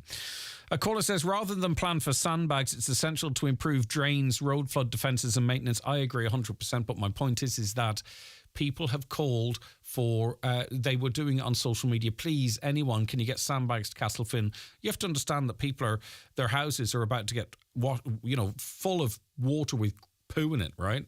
And businesses know that if this water gets in, we're not opening for 2 weeks. So you can imagine, if you're not in that area, you close your eyes, you can imagine what that must feel like. So they're panicking. And they're saying, putting on social media, has anyone got any sandbags? They shouldn't have to do that. There should be a central area in these places that has a pile of sand. And you know what? If it has to be replaced every 6 weeks, well, then so be it. A pile of sand that is there with dry bags. You know, it can't be beyond us. I see piles of chips and stuff on the side of the road for where ice forms. And it's there from one end of the year to the next. Now, I mean, obviously sand would have to be covered, but there aren't people going around stealing this stuff. There's no excuse, in my view, and it's not really for me to say, is it? I don't know. Yes, it is. There's no excuse, is there, for sand and sandbags not to be put in place in the case of an emergency? I get where you're coming from. Yes, we need essential work to improve drains and what have you, but people also need, emergency. If I'm wrong and if you're from those areas, please let me know. Patrick McGowan, like the rest of them, chatting a load of BS. The council not fit for purpose. All the county managers, all the council talks about is property tax. Two more before we take a break here. Hi, Greg. Raphoe is totally neglected. I'm not from Raphoe, but I went to Raphoe during the winter months when there was bad ice and snow, and there was not one bit of grit from Kilross Junction to Raphoe. It doesn't surprise me that this has happened in Raphoe. Where is the councillors this morning? Heard Patrick McGowan, but where's Martin Harley and the rest? All they're good for is talking. Well, Frank McBurty's on the news, speaking to the news team, and also I think I heard Martin Harley. Now, just because you're not on this programme doesn't mean you're not talking about it either, to be fair. So we're trying to get different voices. So the newsroom was speaking to Councillor McBurty, Martin Harley. We've spoken to Councillor Doherty and Councillor McGowan. It's just who's available at what times, by the way. So in fairness, just because a councillor's not on this programme, it doesn't mean that they're not worried about it, because they've spoken to the newsroom too. And those interviews are available during the news bulletins now. But we're trying to not double up on voices all over the place. I hope that makes sense. Listening to that Fianna Fáil councillor talking reflooding is just all talk. I'm sure he means well, but I've got to mention the present Fianna Fáil housing minister and how he's dealing with the concrete block crisis and the housing crisis in general. These people have failed Donegal for many years. That's the view of one listener there. Okay, we're going to continue our coverage of that. As I say, plenty more to come on the show as well. Stay right where you are, and please, it's not too late if you want to talk about that issue or anything else. Take out your phone. I understand some of you would be too upset this morning to talk, and that is fine, but maybe talking might help.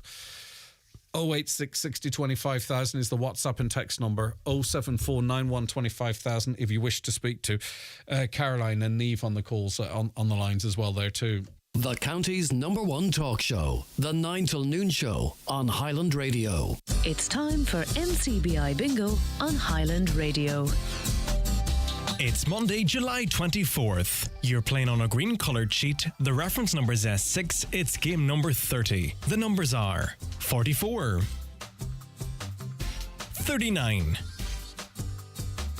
the number 3, 50, 20, 29, 34, 90, 40 and 33. Phone your claim to 9104833 before 8 p.m. tonight, leaving your name, contact number and the name of the shop where you purchased your book. Get all your NCBI Radio Bingo information at highlandradio.com. Did you know that new tertiary degree programmes are now available through Donegal ETB in conjunction with Atlantic Technological University? These unique degree programmes allow students to remain in their local region while studying for a degree. If you're interested in getting a degree in business, lab science, sustainable engineering technologies or general nursing, apply today. CAO points aren't required for this opportunity to explore university education in a flexible learning environment. For more information on how to apply, visit atu.ie/tertiary degrees. Looking for a flexible, affordable home improvement loan for your dream kitchen, bedroom or bathroom? At BNS Credit Union, we are here to help. Renovate loans from €5,000 to €70,000. Visit our website at bnscu.ie or free phone 1800 290 390, where our dedicated and experienced loans team are delighted to help you. Loans are subject to approval. Terms and conditions apply. BNS Credit Union Limited is regulated by the Central Bank of Ireland. All men's wedding suits packages are now 20% off. Just book your wedding suits before August 31st and get a whopping 20% off. Don't stand still. Evolve. Letterkenny Retail Park. Terms and conditions apply. Rightio, just to let you know, by the way, if I could just get it open here, that if you are in the Inishowen area, there is a boil water notice. I just want to read it out here. Following consultation with the Health Service Executive, Ishka Aaron, Irish Water and Donegal County Council have issued a boil water notice to protect the health of approximately 8,900 consumers supplied by the Inishowen West Public Water Supply and Carndonna Mixed Public Water Supply due to operational issues at the water treatment plant. This is something we're following up, by the way. The notice impacts all areas supplied by the Inishowen West Public Water Supply and Carndonna Mixed Public Water Supply, including Carndonna, Glenealy, Malin, Clonmany, Ballyliffin, Urris and Glen McKee public group water schemes and surrounding areas. So this is really quite significant. A boil water notice for all of those areas, 8,900 consumers supplied by that. That's properties, by the way. That's not individuals. And that was released on the 23rd. I didn't get that, but as I say, I'm just trying to relate this information. We'll try and get someone on from East Aaron. Seamus O'Brien's quoted in that press release. No one's available to talk about 9,000 properties. No one's available from... I better watch what I say, but 9,000 consumers are affected by a boil water notice, and there is no one available to talk about that to try and get the message out. That is, as far as I'm concerned, absolutely remarkable. Right, okay. Lawrence, good morning to you. Good morning, Greg. How are you? I wish I wasn't speaking to you again in the nicest possible way, Lawrence, because you have been affected by flooding again. Talk to us about your experience over the weekend. Yeah, well, on Saturday, it's been threatening the floods all evening, all day, really. And but the neighbours, in fairness to them, and they're only for them, again, I would have been flooded. I had two sandbags at the door, but I was trying to keep the water away, and then the neighbours, they got alerted to it, and they come and put up barriers outside at the road. And there's one drain just directly across the road from me, and that's the first time I saw it now overflooding and coming out and coming across the road and trying to get onto my doorway, and then the rest of the water went down the road. So obviously there's more volume of water coming in this particular drain, and the pipe across the road is not able to take the water away. So we had a visit this morning from Charlie McConnell, Minister for Agriculture, and Patrick McGowan came about 8:30 this morning, looked at the situation and just said something would have to be done, and I think they're going to have a meeting with some of the senior people, maybe engineers and Donegal County Council, and take it from there. But on Saturday night then we, from 5 o'clock on to midnight, neighbours, they were out on the road just doing what they could, and we're all in fear then that because it forecasts more heavy rain from 11 o'clock on Saturday night until 5 o'clock in the morning, Sunday morning, and nobody could get any sleep, living in fear just. So something will have to be done about this flooding just. Yeah. It's occurring too often now. And you're living in fear every time you look at the weather forecast? Living in fear, yeah. Every time it's forecast heavy rain, again now for Wednesday, and the barriers are out here, and we can't even lift them. They take them in because you don't know. And just sometimes heavy rain comes without warning. Mm-hmm. And that's what happened on Saturday evening. I was watching the flood on the drain past me here, going up and down sort of all evening. And then the last heavy shower that was, I'm not sure what time, 5 o'clock, 6 o'clock maybe, that just overflowed the drain across the road from me and out and down the road. And again, empty some of the neighbours that have been flooded before. When did you think, Lawrence, when did you think it was clear that it was possible that this water was going to break out and flood? Like, at what stage of the day did you look at it and go, right, I'm in bother here? Yeah, well, just maybe before the last big heavy shower, because I've been watching the flood rise in this particular drain, and I knew it couldn't take very much more, that it would have to be out across the road, and the garden across the road from me, it overflowed just, and there's a fence, and it ripped the stones away from the posts and everything, and it just covered the road, and you couldn't walk on the road. Against the water, it would have been nearly a foot high, and that was just the full breadth of the road running down. And then up above me, the part of the road that was washed away before, it started to come down then, and we had put out more sandbags. We only had 2 sandbags, and neighbours had to fill gravel and stuff into bags of their own. And in fairness to all the neighbours, the same neighbours that helped the last time, they were all there, even from early on in the afternoon, looking to see what the situation was going to be like later on. But that that's my point, you see, Lawrence. What I don't understand, and again, I'm sorry to labour the point, is why we don't have an early warning system. Like, early in the afternoon, locals who know the area were concerned enough to say, right, if there's much more rain falls, we're in bother here.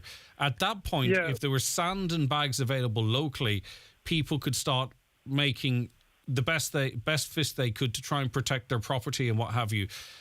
But that's not there. I don't understand why we have continuous flooding events and we're not even doing the basics to try and protect property. Because look at the amount of money this is going to cost now to people. But even if the state helps, it's going to cost tens and tens and tens of thousands of euro.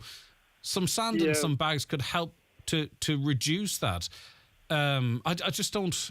I don't know. I find it quite frustrating, Lawrence, to talk about it, because I think there's stuff we could be doing that we're simply not doing, and it's the likes of you and our earlier callers that have to pick up the pieces, and that is very, very difficult for me to bite my tongue on. Yeah, I was trying to point out to Charlie McConlogue this morning and Patrick McGowan, where I could see a solution, but it's finding the money, but then seemingly they have enough money to do some of these jobs, but they're not getting around to doing them just.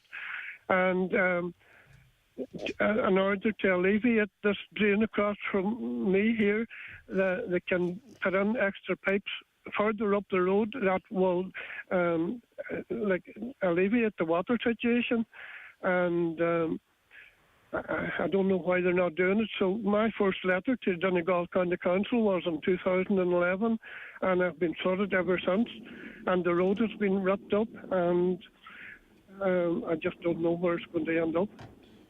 All right, Lawrence. Listen, sorry for not getting to you before 10. Thanks for taking the call. No, that's fine, Greg. And I want to thank all the neighbours just over the airway again that came to help. And some of my neighbours not able to sleep at night, and myself included. I've got a dose out of it because I was out on Saturday night soaking wet to 12 o'clock, and it's not good enough at this stage. Well, me and you can't keep talking about the good community spirit that helps you and you going through flooding and the impact it's having on you. Something's going to... I mean, I love talking to you, don't get me wrong, Lawrence, but I'd like to talk to you about something else. This is getting all too regular now. Yeah, something a bit more positive. Yeah, you know what I'm saying. But listen, thank you, Lawrence. I hope you don't get a bad dose out of this now. But thank you very much for joining us. I do appreciate it. That's fine. Thank you, Greg. No problem, Good Lawrence. morning. Good morning to you too. All right. Fair play to you, and fair play to Lawrence's neighbours again. And it's like Groundhog Day, digging him out there. Right, Leonard is of Hair by Leonard in Rafo. Leonard, how are you? No, that line. There's a wall crack on that line. I'm fine, thank you very much, Leonard, Greg. Is there any chance you could hang up and we'll try and reconnect? There's an awful... It sounds like you're on a motorbike, Leonard. I'll come back to you. Stay... hang up there, and we'll call you right back. Sorry about that. There's a blah, blah, blah, blah. That's line 2 in case you want to pick another one. So we'll take a very quick break, actually, whilst we line up. If you still want to get involved in the conversation, please, 086 60 25,000. Watch the show live now on YouTube, Facebook and at highlandradio.com. Join Norman Boland for the launch of his new album, A Country Singer, Singing Country Songs, on Thursday the 27th of July at the Mount Donegal Hotel Letterkenny. Joined by special guests Mick Flavin, Louise Morrissey, Sean Cuddy and more. It's a night not to be missed. Get your tickets at the door or from hotel reception. Doors open at 7 p.m. Most people say that Donegal is the coolest place on the planet, but up here we know that sometimes it can be the coldest. Charles Brunner & Sons Ballybuffet is the one-stop shop for all your heating needs. We have a huge range of multi-fuel and wood pellet stoves and ranges, spare parts for all major stove and range brands, plumbing and bathroom wear, all at exceptional prices. So visit our showrooms where our friendly and experienced team will be ready to help you. Charles Brunner & Sons Ballybuffet and the stovestore.ie, where you can always do a good deal better. We're sorry to inform you of yet another delay.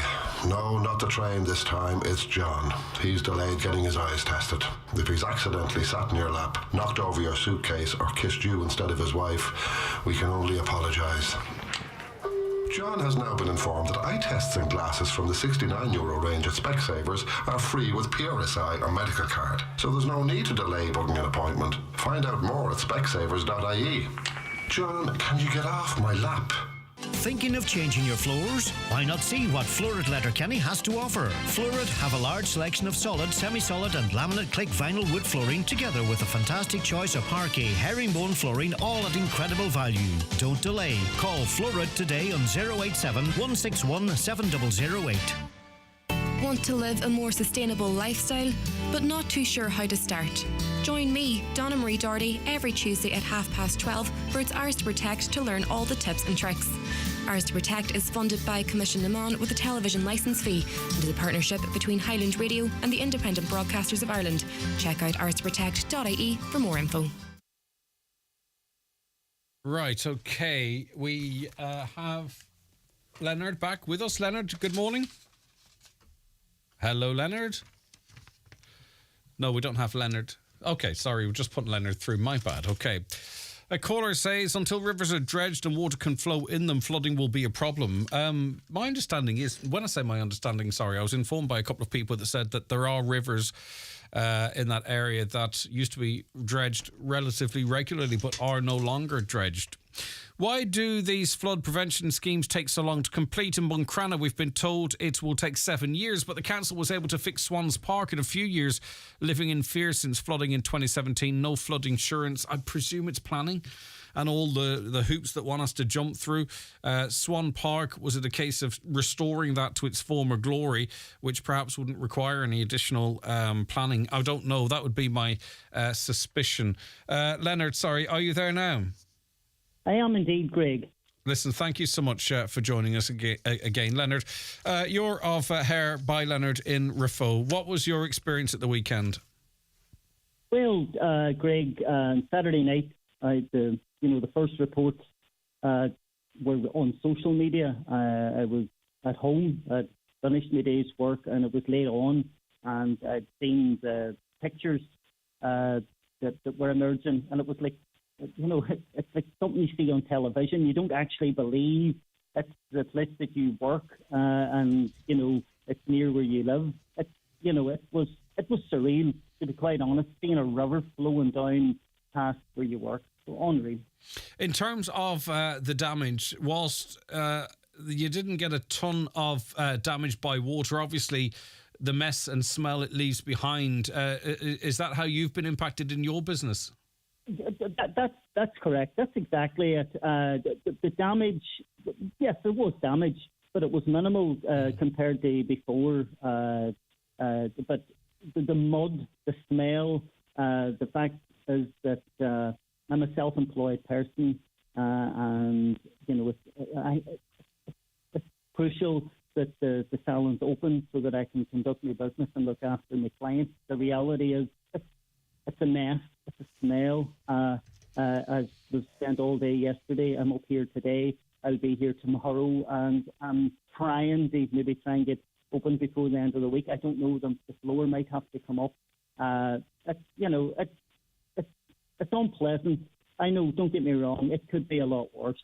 There's other people have been impacted much worse than what we have been, and I'm grateful that it wasn't as bad as it was. But that being said, I appreciate you being so thoughtful of others. But Leonard, as you say, you're self-employed. This is your only source of income. You are potentially out of business for the week. Hopefully you'll get open. And again, just like we said earlier on, when you do get open, let us know, and I'll give it a plug as well, Leonard, just to be fair, because I don't want to be... What I would like to do, Greg, is I'd like to thank the people of Rifo, and especially my neighbour here, William Hyman, that came in. I mean, I wouldn't have known where to start. The place was an absolute mess. I felt like crying, and, with an inch of mud. And but when you have good neighbours who come in and with their buckets and their mops, and they start pushing everything away, and you start to get a glimmer, it gives you a wee bit of hope. And I have a lot of gratitude for my good neighbours and the people who are involved, and that's and all been well. Has anyone contacted you in terms of where you can if equipment can be given to you, maybe dehumidifiers or humidifiers, whatever's required to dry it out? Any lines of support from government or local authority? Did anyone check to see or call around with a clipboard to assess what the situation is like? Have you had any support in that regard? I didn't have. No. Nobody offering any equipment, but we did have the Minister, Charlie McConnell, here earlier on. He was very sympathetic, and he did say that if there was any material or any help that I needed, that his offices were open for that, and I was grateful for that. But no, I'm trying to operate here as best I can myself. No, I'm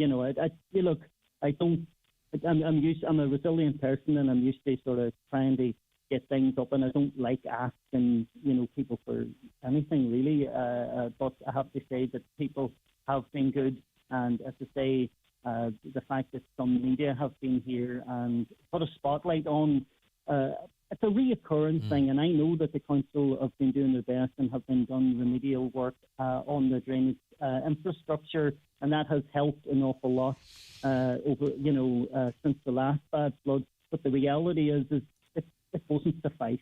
It wasn't suffice, and it's reoccurred, and it has reoccurred, and there needs to be some. I'm not an engineer, but it wouldn't take a rocket scientist to know that there needs to be a strategic plan, something that with someone will sit down and look and see, look, this is happening, and it will keep on happening until a real serious approach is taken to it. Okay. Thanks very much for your time, Leonard, and I hope you get open ASAP. Leonard of Hair by Leonard in Rifo. A caller's based in Carndonagh and says that they got a boil water notice over the weekend. Wants to know if we can get someone on from the council to explain what's in the water and why it has to be boiled before drinking again. Unfortunately, Irish Water or the council, no one is available to explain what's going on with the water, why it has to be boiled, what's in the water, what happens if you drink the water. Not everyone's going to hear that there is a boil. In fact, I'm going to go over it again because it's just so important that people understand what's going on. I don't want to over amplify it, but I don't want anyone drinking water that should not be drank. So let me just go back here to get the details. Okay, so the boil water notice affects almost 9,000 consumers, 9,000 properties supplied by the Inishowen West Public Water Supply and Carndonagh Mixed Public Water Supply due to operational issues at the treatment plant. Don't know what that means. So The notice impacts all areas supplied by those two areas I mentioned, those two supplies I mentioned. They are Carndonagh Mixed Water Supply, including Carndonagh, Glenee, Malin, Clonmany, Ballyliffin and Glenmachee, the public group water schemes and surrounding areas. Isca Éireann has, I don't know why they just don't make someone available to come on and speak about it. It's a really long press release. Vulnerable customers who have registered with Isca Éireann will receive direct communication on this boil water notice and are reminded that the water is safe to consume once boiled and cooled. Water must be boiled for drinking, drinks made with water, preparation of salads and similar foods, brushing of teeth. You're not allowed to brush your teeth with this water. Making of ice, discard ice cubes in fridges and freezers and filtered waters in fridges. Make ice from cooled, boiled water. Really significant, affecting 9,000 people. And as I say, it'd be very useful, I think, if someone from the council, or preferably Isca Éireann, Irish Water, made themselves available to help us try and get the message out there so no one's impacted by this. Anything to say on that? 086 60 25,000. WhatsApps and texts, or call 07491 25,000. All right, back shortly. Beggs & Partners are a specialist local plumbing, heating and bathroom supplier. Established in Belfast 1960, we now have 12 branches and are known for quality, value and reliability. Our latest branch in Springtown Drive, Buncrana Road, Derry, includes a beautiful bathroom showroom as well as a fully stocked plumbing and heating trade sales counter. Delivery service available. See beggsandpartners.com. At Manor Motors Opel, we're half-full type of people, which is how we come up with the Opel 50/50 finance offer. Choose from the Opel Crossland, Corsa or Mokka. Select your flexible payment option, pair it with 3 years free servicing and meet your new other half. Discover more about Opel's 50/50 offer at the Opel Open Road event. See manormotors.ie for details. Finance is provided by way of a consumer hire purchase agreement by Bank of Ireland Finance. Lending criteria and conditions apply. Over 18s only. Ownership remains with Bank of Ireland until the final payment is made. Bank of Ireland trading as of Bank of Ireland Finance is regulated by the Central Bank of Ireland. Your specialty is quality tiles, bathroom suites and wooden floors. Who is the best range of tiles in Donegal? Crawford Tiles. The best wood flooring? Crawford Tiles. The best bathroom suites? Crawford Tiles. 5-day bathroom refits? Crawford Tiles. And who's been tampering with my questions? That'd be me. Crawford Tiles, Castlefin. That'd be them. 07491 43942. Eating out later? Sister Sarah's mouth-watering menu is packed with tempting dishes and all-time favourites. Whether it's a special occasion or a private function, their party options and buffet choices have got you covered. Book now on 91222238. Sister Sarah's, serving food you love until 9 p.m. every day. Okay, we've literally hundreds of messages that you've sent in. Thank you so much for it. We'll get through just about as many as we can over the course of this morning. But we want to talk about an important information evening that takes place tonight, the 24th. It's at 7 p.m. in On Green and Hotel Burt. And it is on the Defective Concrete Blocks scheme. We're joined on the programme now by Lisa Hone, who is chair of MAG. Good morning to you. Thanks for joining us, Lisa. Hi, Greg. Thanks for having me on. Now, in terms of what's going to be discussed tonight, do we have enough information about the scheme and how it might work and who it might work for to be able to answer a lot of questions that might be posed at this meeting this evening? Or will a lot of the answers be, well, we're going to have to wait and see? I think it really depends on where people are at with regard to whether in the scheme or just, whether they've applied or not. We've been getting inquiries recently with people just, feeling just a bit overwhelmed, quite frankly, and just not knowing where to start. There's been a lot of information put out recently, but it's in big document form. So we've got ministerial guidelines, 80 plus pages. We've got FAQs, that's another 50 pages. We've got regulations, which are not an easy read at the best of times, 122 pages. So what we've tried to do with this meeting is really distill down the very essential elements with regard to the scheme and present it to people in a very digestible format. So we're not going to go into the nitty-gritty of every type of scenario that could exist, but we'll try and give people a really good insight into how the scheme works, what the roles of the different authorities are, who you'll get communication of, so it's sort of the essential elements. So hopefully that will give people a good insight. We've also been trying to liaise with some of the key authorities to try and get where the latest information is on all this. And you're quite right, Greg. There may be some areas that we just can't answer questions on because, quite frankly, that information at the moment just does not seem to be available. See, a fundamental...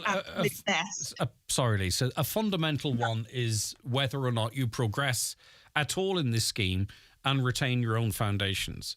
There's still no decision on that. We don't know when that might be forthcoming or what that might be. But we heard from the CEO of Donegal County Council, who, can only express his opinion. And I don't want to misquote him or paraphrase him incorrectly. But, it was along the lines of, look, if you can change your foundations, if it were me, that's what I would do. So on a fundamental like that, there's a big choice for people to make. Do I progress and hopefully, move forward in this scheme and retain my foundations? I don't know how many people have money that would have money to do that themselves. Do you know what I mean? And I'm sorry, I don't want to be a problem maker or cause a Lisa, but that's just the first thing comes into my head.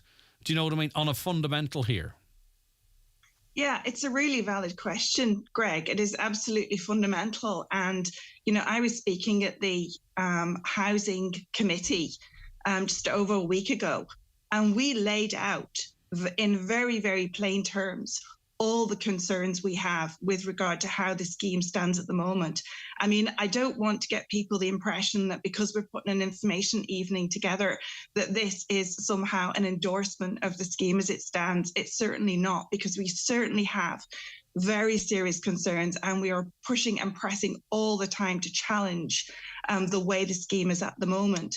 But in the same breath, we're still getting inquiries from people in terms of how does this work? So I think at the moment, information is key so that people can get a comprehensive view of the reality of the situation.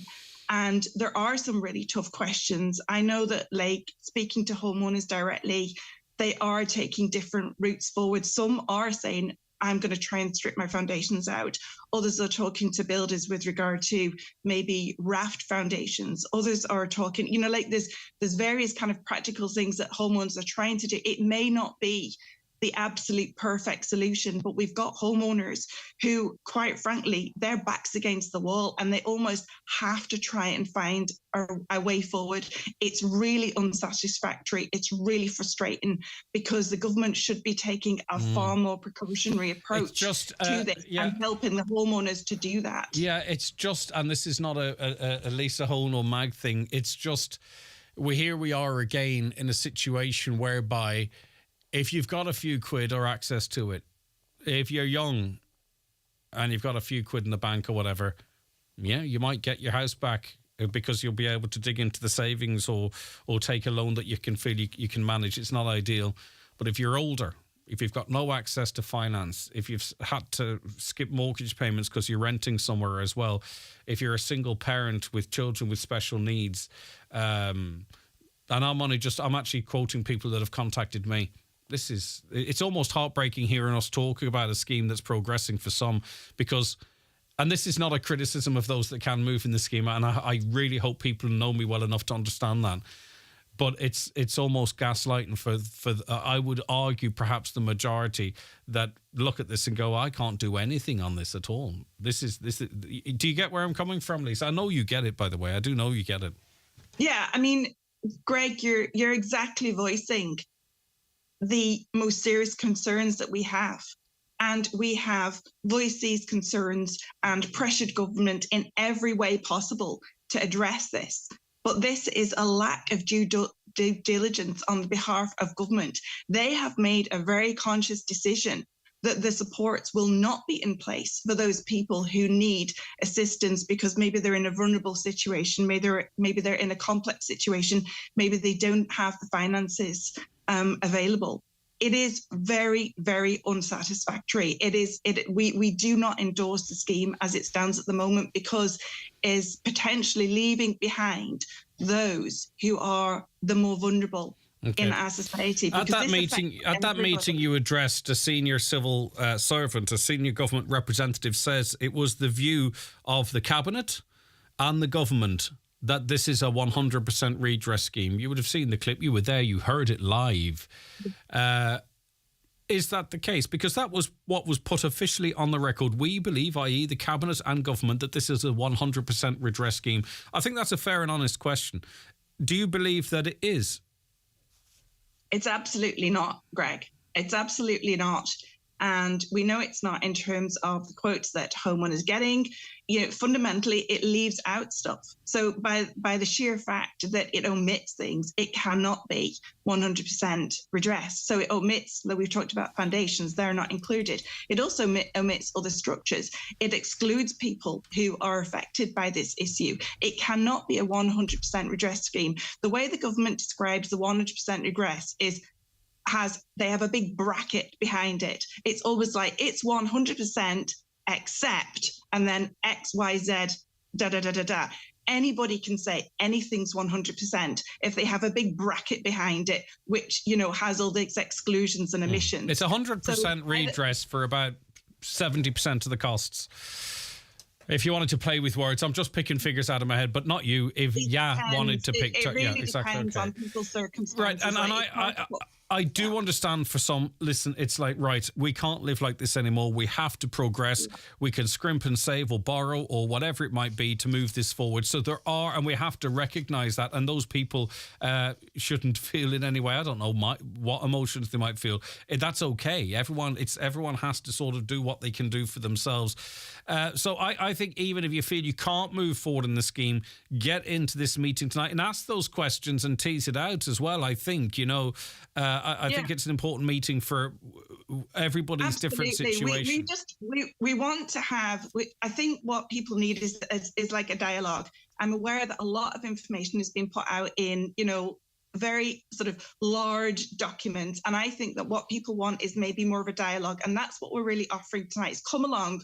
We'll explain to people, if you're not familiar with the scheme and you're just thinking, will I engage? Well, I want to engage. What will I do?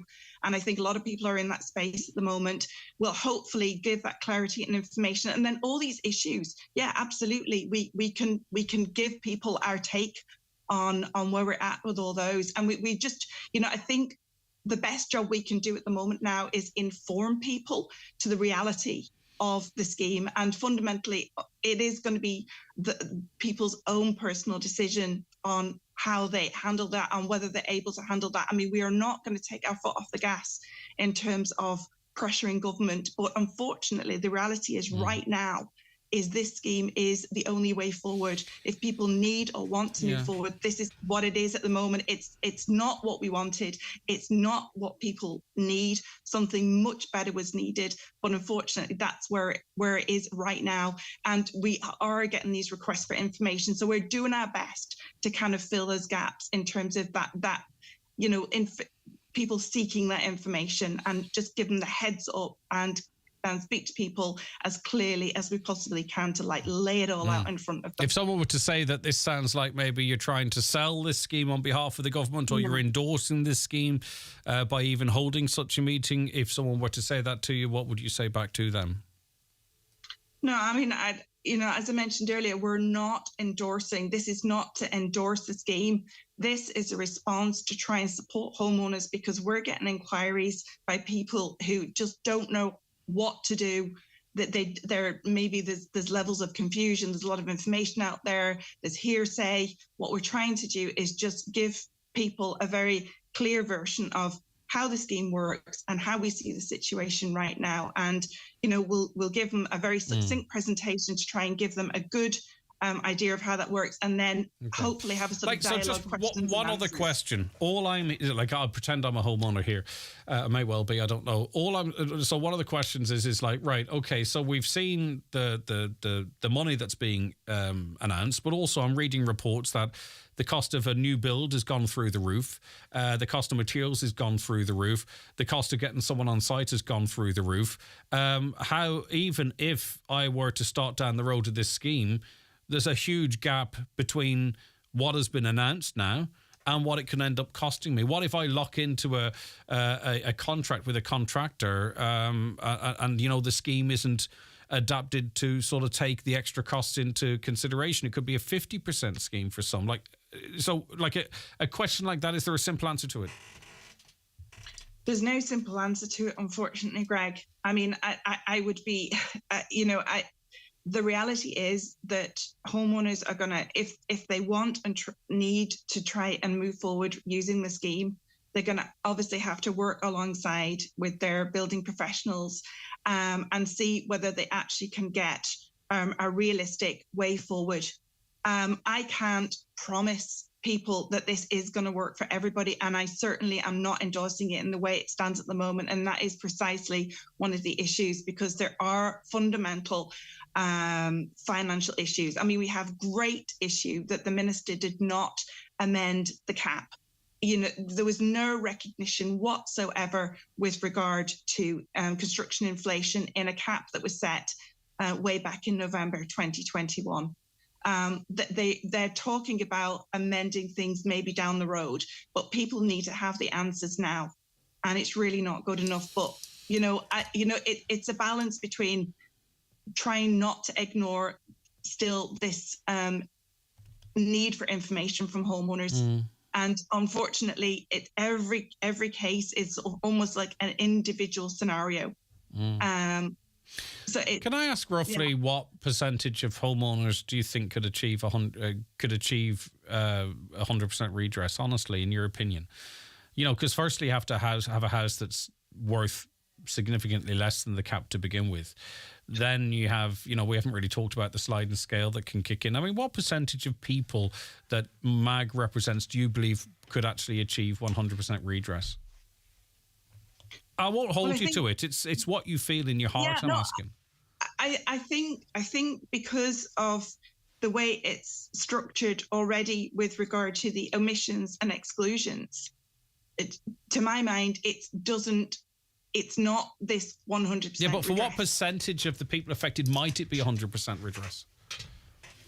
The answer is none, isn't it? Is it? The answer is none. It's really, really hard to put a figure on it, Greg, because is it more than none? Is it more than none, do you think? Do you think some people can get 100% redress? I think it's unlikely that from the homeowners that I'm talking to, in terms of them sharing their build costs with me versus what they're entitled to on the grant versus what they actually know they're going to have to pay, there is a shortfall between the two. Finally, and I've not come across anybody right now, sorry, Greg, that actually has all their costs met by this scheme. So some are closer than others. So far, it's none. So far, in terms of people you've engaged with, it's none. And that's fine. I just was curious because you're chatting to a lot of people. Very finally, any possibility this meeting could be streamed for people tonight? I'm not sure, Greg. But if someone tech savvy can, maybe they can. All right. Listen, Lisa, I'll remind people. I'll remind people after the news, and let us know if it is, and we'll share the links. I'll remind people after the news about what's going on tonight. Lisa, thanks for your time. Very much appreciated. I hope you know that. Okay, take care. Right, we are late for the news. I'm just late for the news all morning. My apologies for that. Okay, we are going to take a break, as I say, for the news now. It is a minute past 11. And with the latest news headlines, it's good morning now to Michaela Clark. Hi, Michaela. Thanks, Greg. Good morning. Donegal County Council says it will be pressing for the 2 OPW flood relief schemes in Raphoe and Castlefin to be advanced as quick as possible. 84 millimetres of rain fell in Donegal on Saturday, resulting in flash flooding in Raphoe, Castlefin, Convoy and Stranorlar. The council has confirmed that 10 commercial premises and 8 domestic properties were flooded, according to fire service reports. That figure is expected to rise. Well, the council has sought support also from national government for residents and businesses affected. The local authority has confirmed that it has notified the National Directorate for Fire and Emergency Management of the flooding in relation to potential assistance from the Departments of Social Protection and Enterprise, Trade and Employment. An announcement is expected later today. A Raphoe councillor says people in the town live under the threat of flooding every year. A flood relief scheme for Raphoe has been commissioned. However, construction is not expected to commence until late 2024. Councillor Frank McBurty says the current drainage system in the town simply can't deal with the level of rain that fell over the weekend. Meanwhile, the ground floor of Dale's parents' home in Raphoe was destroyed by flooding. He told the 9 till noon show today that despite promises being made after previous flooding in the town, the response from authorities remains gravely inadequate. Multiple people remain in a serious condition in hospital following a crash between Termon and Kilmacrennan on Saturday. Gardaí and emergency services attended the scene of the serious two-vehicle collision at around 3 p.m. Both drivers and passengers, all females and aged in their teens, 20s, 40s and 60s, were brought to Letterkenny University Hospital. Gardaí say investigations are continuing. Irish people are being urged not to travel to parts of Greece affected by wildfires. Many holidaying on the islands of Corfu, Evia and Rhodes have had to be evacuated. The Irish Travel Agents Association says northern resorts in Rhodes are largely unaffected. And allowing pharmacists to prescribe certain medications could ease pressure on GPs. The Irish Pharmacy Union is welcoming the Minister of Health's proposal to expand the role of pharmacists in Ireland. Minister Stephen Donnelly's announced the formation of an expert task force to explore the issue, with a report due in October. Those are the latest headlines. We'll be back with an update again at 12 noon. Michaela, thank you very much indeed. Right, coming up in the next hour, we will be answering your smart meter questions. Have you any questions as it relates to smart meters? Get them into us right now. 086 60 25,000. Brendan Devaney's going to be joining us, telling us what's coming up on tonight's DL debate, and there's much more besides that as well, of course. So stay right where you are. Back in a couple of minutes after this break.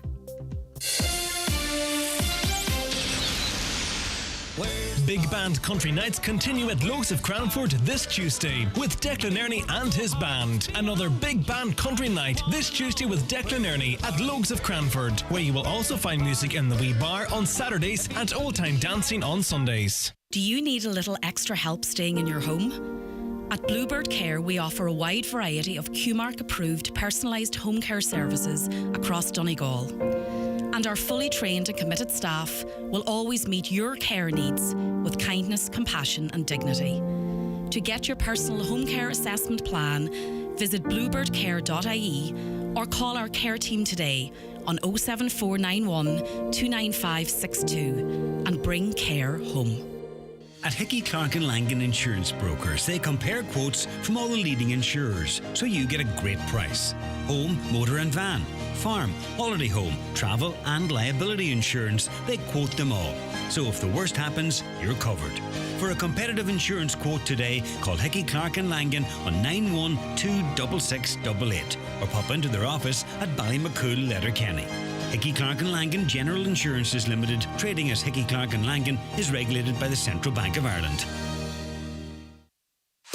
Attention all local businesses and advertisers. Are you ready to take your brand to new heights? Introducing Highland Radio's digital packages, your one-stop solution for maximum exposure. Picture this. Stunning, high-quality videos showcasing your products or services, reaching thousands of potential customers on Highland Radio's popular social media channels. Not only that, your brand can shine on highlandradio.com with our web advertising. We've got the audience, reach and expertise to help your brand grow. Dominate the digital landscape with Highland Radio's expert team by your side. Call us on 074 9125 322 or email advertising at highlandradio.com for more information.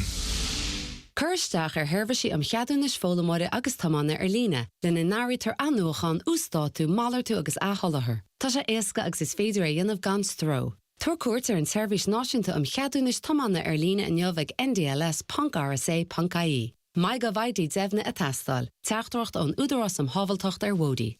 Okay, just to remind you that meeting, the Defective Concrete Block Scheme Information Evening, is tonight at 7 p.m. on Greenan Hotel Burt, and Lisa said that they're going to try and get it streamed. That's going to be a tough ask at this late notice, but they're going to try off the back of a couple of queries we had into the show. Right, okay. Brendan Devaney, presenter of the DL debate, is on with us. Brent, good morning to you. How are you keeping? Good morning, Greg. Good. Yourself? Good to see you. Right, okay. This week's DL debate. Firstly, what did you make of the hurling yesterday? Yeah, listen, powerful. It was just thinking who's going to stop us. Limerick machine, you know, it's absolutely phenomenal. 21 points in the second half. It just, you look at them other 4 in a row teams, and I remember Kilkenny actually when they were stopped doing the 5, and there was teams really having a cut at them. And I know Tipperary did earlier in the championship, but you're just looking at this Limerick team. The physicality of them, the skill is undoubted and the ability, but some of them guys, the height and the strength that they have, it just seems like, and I wouldn't mind, they're missing a couple of their best players. Second half was superhuman stuff, wasn't it? I mean, it was like how are humans capable of this this kind of physicality, skill, and accuracy? Yeah, to match that kind of size and power with that quickness of skill, it's ominous, I think, for everybody else going into the next season, because Kilkenny, I think, in the semi-final, they looked like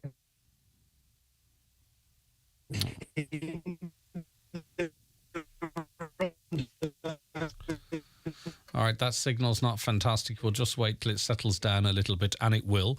If you want a quick word on the sport, 086 60 25,000. Right, Bren, sorry, you just cut off there, but you're back with us. It's going to be an interesting conversation. I'm in Gweedore here. Sorry, Greg, I'm in Gweedore. I'm not in my usual spot. My apologies. I know, that's a Gweedore tan you have. I could recognise that all right. Come here, an interesting conversation too with Brendan Kilcoyne about Donegal's search for a new manager. We're hearing lots of people that people would like in that position ruling themselves out. Are we getting anyone ruling themselves in? Yeah, there's been a couple of names put forward, Greg, at this point. And there's looking like there's going to be a group set up, a committee of ex-players, a few from 92 and 2012, and they are going to go and look into the possibilities, Greg, taking on board the couple of nominations, but also searching out people that would be interested in the job. So I think that's the best way it needs to be handled, Greg. Give it to this group, let them oversee it, and let them get the right people or peoples for the job. It seems if we want All-Ireland, Donegal All-Ireland winners involved in this, we're going to have to go back to 92.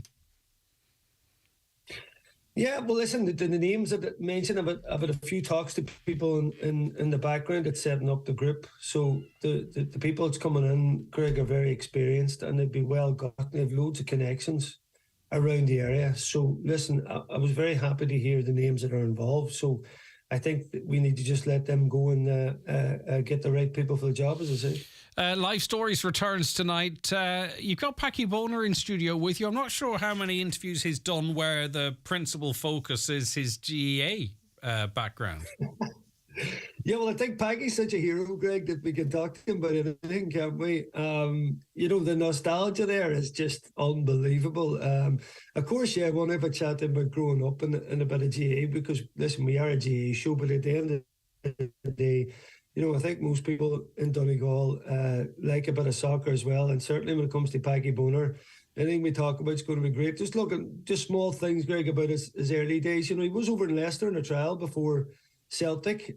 His pathway in his life could have been so different, but as it turns out, it didn't happen for him in that trial. He was only 17 then doing his leaving cert, but he ended up coming to Celtic. He had family over there, the huge Irish connections there. He was able to stay with family initially, and just his trajectory then through Celtic, the brilliance of 4 league titles and cups and that, and then of course Ireland, Germany, Italia 90, USA 94 was just, it was phenomenal time. And being a young fella growing up then, Greg, it's massive for me to even get to talk to him. I've met him a few times, very, very nice man, and everybody's really down to earth. So it's brilliant to kind of just cruise through his life and particularly his early days out west and a bit of GA played, and then as I say, the career that he had. Yeah, and you won't make the same mistake that I make and leave out any of the local clubs that he played for, because it gets people's back up.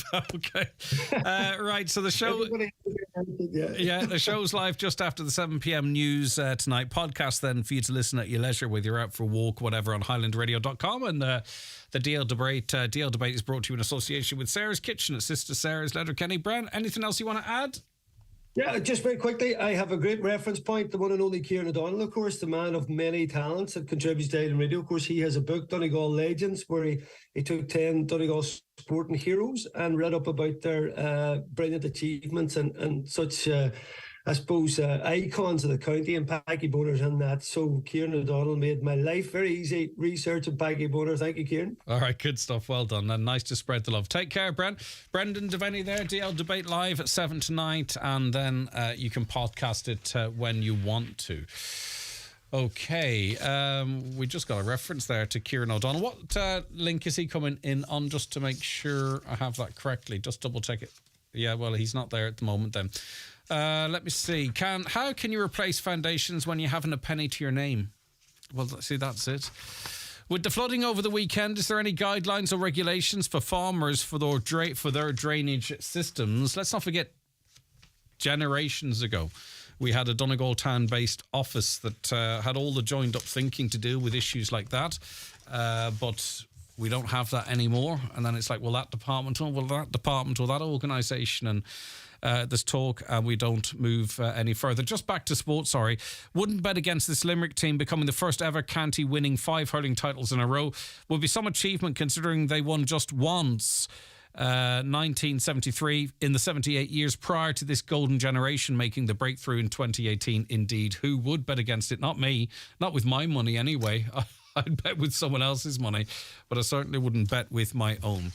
Thanks for all the communications. Keep them coming.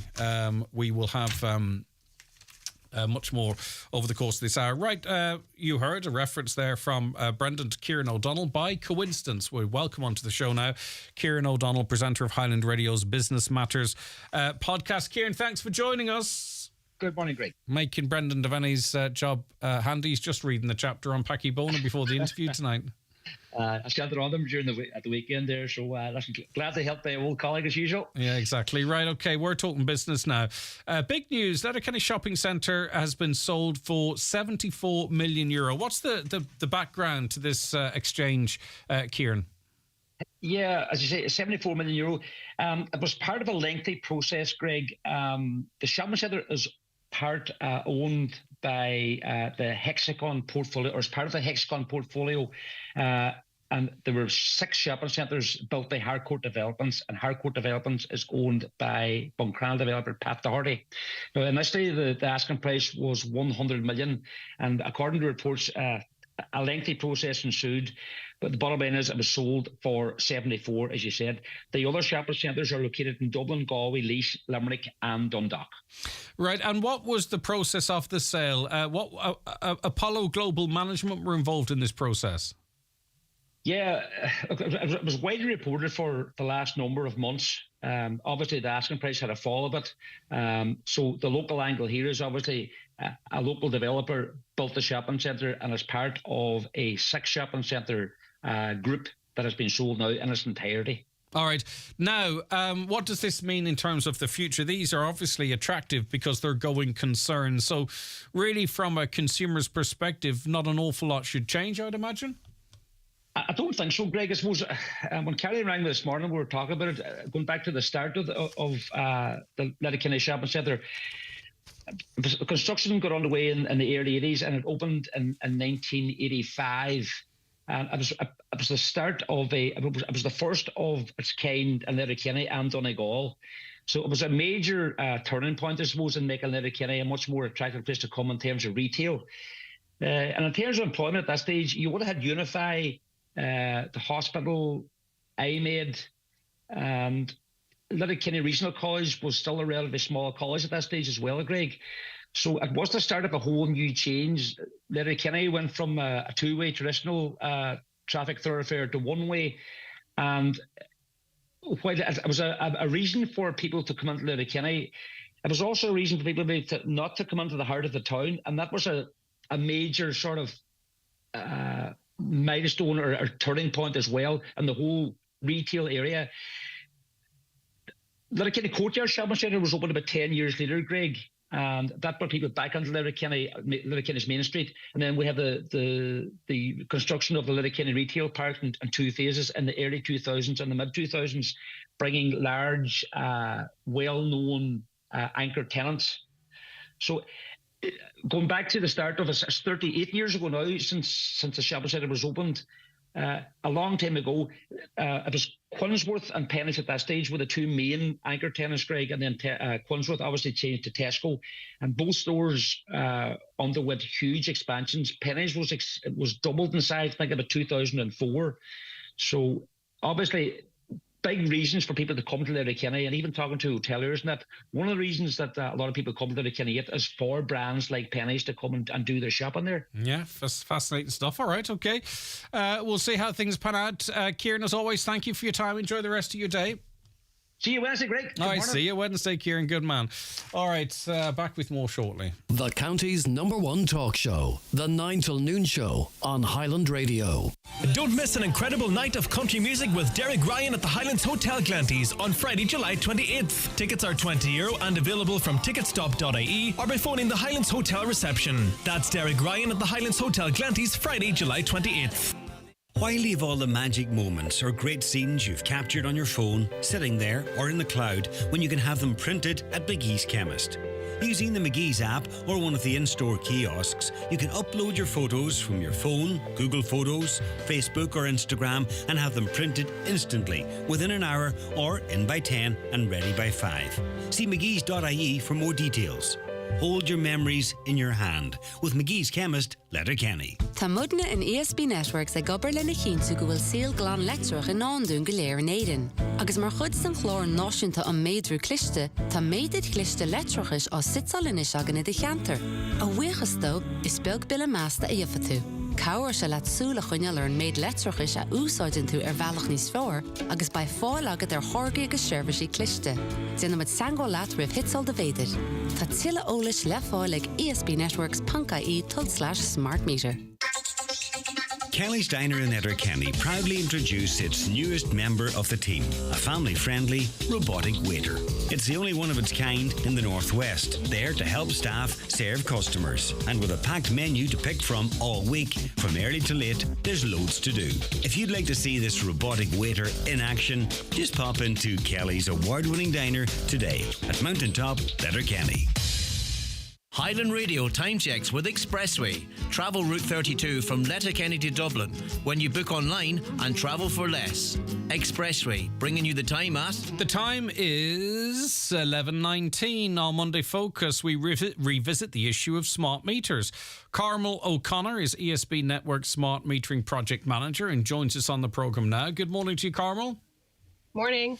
Thank you so much for joining us. Right, so a lot of progress seems to have been made since we last spoke. How many smart meters have been installed so far across the country? And I suppose what is the, what is the 100% mark?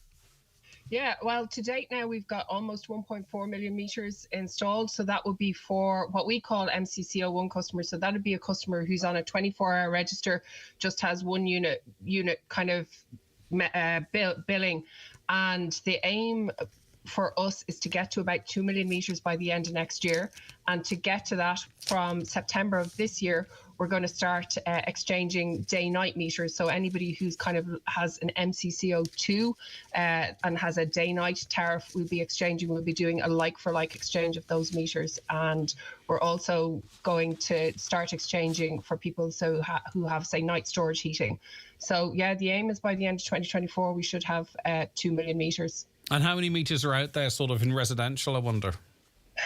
There's a total of about 2.4 million meters out there, but I would say that 400,000 that we're probably not going to get to until about 25, 26 are kind of more oddball niche ones. But for the vast majority of customers, like we have 75% of the MCC01, so that's somebody who's on just a 24-hour register meter. 75% of those meters have already been exchanged. So yeah, we reckon by the end of 2024 we'll have 85% of all meters replaced with a smart meter. So we're really, really pleased with the progress. Yeah, smart meters became one of those items that attracted the attention of certain individuals of a certain mindset. A lot of information was put out there, and we have a lot of those questions a few of those questions we covered. They're simple enough questions for you to answer. But my point I was getting to, is we have people that are nervous of them, and we'll talk about whether there should or should not be. But a question that's going to come in is, do I have to get a smart meter? I'm a little bit weary about it for whatever reason, how do I sort of not get a smart meter if I don't want? I know that's counterintuitive to the work that you do, Carmel, but it's a question that is going to come in and has come in. Can you opt out? You're right. It's completely counterintuitive because from my perspective, the smart meters are doing nothing but good. There's very, very little difference between your normal digital meter and a smart meter, except that the smart meter kind of basically sends a text every couple of hours with a more up-to-date reading. But yeah, if somebody really wants to say no to a smart meter, and some people, a small percentage, have said no, you just drop us an email, send us a letter, phone the call center and say you don't want a smart meter. But I personally, like, you're right, it's my role, but it's not just my job. Like, I actually had got a smart meter before I even went into the smart metering program. I just happened to be on a list because to me the benefits far outweigh any negativities. I don't see the negativities myself. I know I have seen some posters with, and I know what you're saying, but it's misinformation. There's been a poster up saying, say no to a smart meter because of higher bills. One of the things that we're really trying to let people know is that the smart meter exchanges are a like-for-like exchange. So all it means is that we will take actual readings off of the meter every 2 months. You do not have to change unless you want to. Some of the suppliers allow a customer to get their interval dated, so that's their every half hour, but they don't have to change the tariff that they're on. It's still the 24-hour tariff, but it allows a customer to get information, and some of them give energy insights into how you could save electricity or what tariff would suit you better. And then ESB Networks has a customer portal, so if a customer chooses to go on to doesn't choose for a smart meter tariff, but they can create an account, they can link their MPRN number, and they can see their interval data, just them. It's a graph or a downloadable file, so that you can actually see, when am I using my electricity most? Is there a way that I could change the way I use my electricity to save myself money if I go on to a new tariff? And one of the things that we've seen is now there's a lot more electric vehicle owners now opting to looking for a smart meter, and then opting, because I think there's about 4 different suppliers that offer a super cheap night rate for charging their vehicle. So we're seeing more and more EV owners looking for a smart meter. And but it's very important, and I mean, you are responsible for the network. It's very important that people actually look at the options that are there. Some of those nighttime saver options, you're paying a higher unit rate during the day than you might be already. So people have to scrutinise that and find out what's best for them. Maybe they don't change at all, but just because it's cheaper at night, make sure you look at the day rate as well, and see how you use your electricity and how you may or may not benefit. You might have and that's why the customer portal, where a customer, before they ever go near their supplier, they can download. We have a HDF, and you can play around with seeing your usage, seeing what the different tariffs are. And if you know how to use a spreadsheet at all, you stick in your different tariffs, and then you can decide on exactly what you say. If it doesn't suit, stay with what you're on. And if it does suit, look around at the different options from different suppliers and go with the one where you can actually save money. I possibly could get the door of my meter box open. I haven't tried to, and I don't have the triangular key. I may or may not have a smart meter. I don't know if I got the notification or not. That's not a ESB problem. That's a me problem. Is there any way without me opening that box that I can determine whether or not I have a smart meter?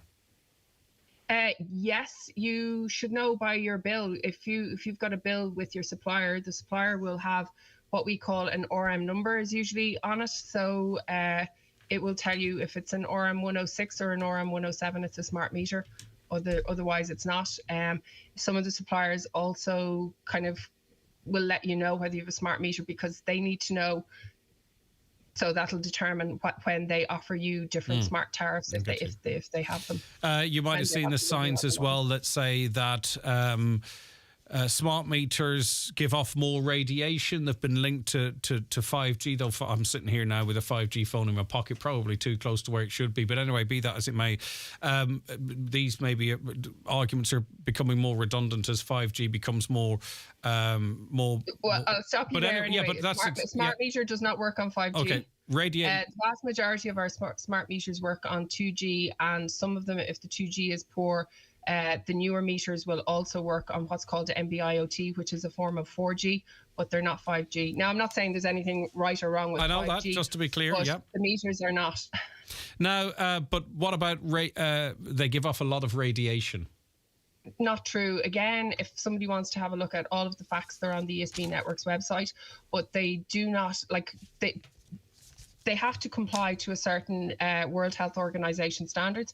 The meters that we purchase absolutely adhere to all those standards, but even independent testing that we've got, the emissions from them are tiny. Like they're, as you say, your phone, lots of other equipment in your house would have way more emissions. So it's, again, from my perspective, it's one of the bits of misinformation that are out there about a smart meter. All right, now we'll get to the more practical questions in a moment, but just whilst we get run through these ones, this is useful, Carmel. I presume you can see the benefit in it. But anyway, I went out to read my meter and I discovered my meter had been replaced to a smart meter without my permission.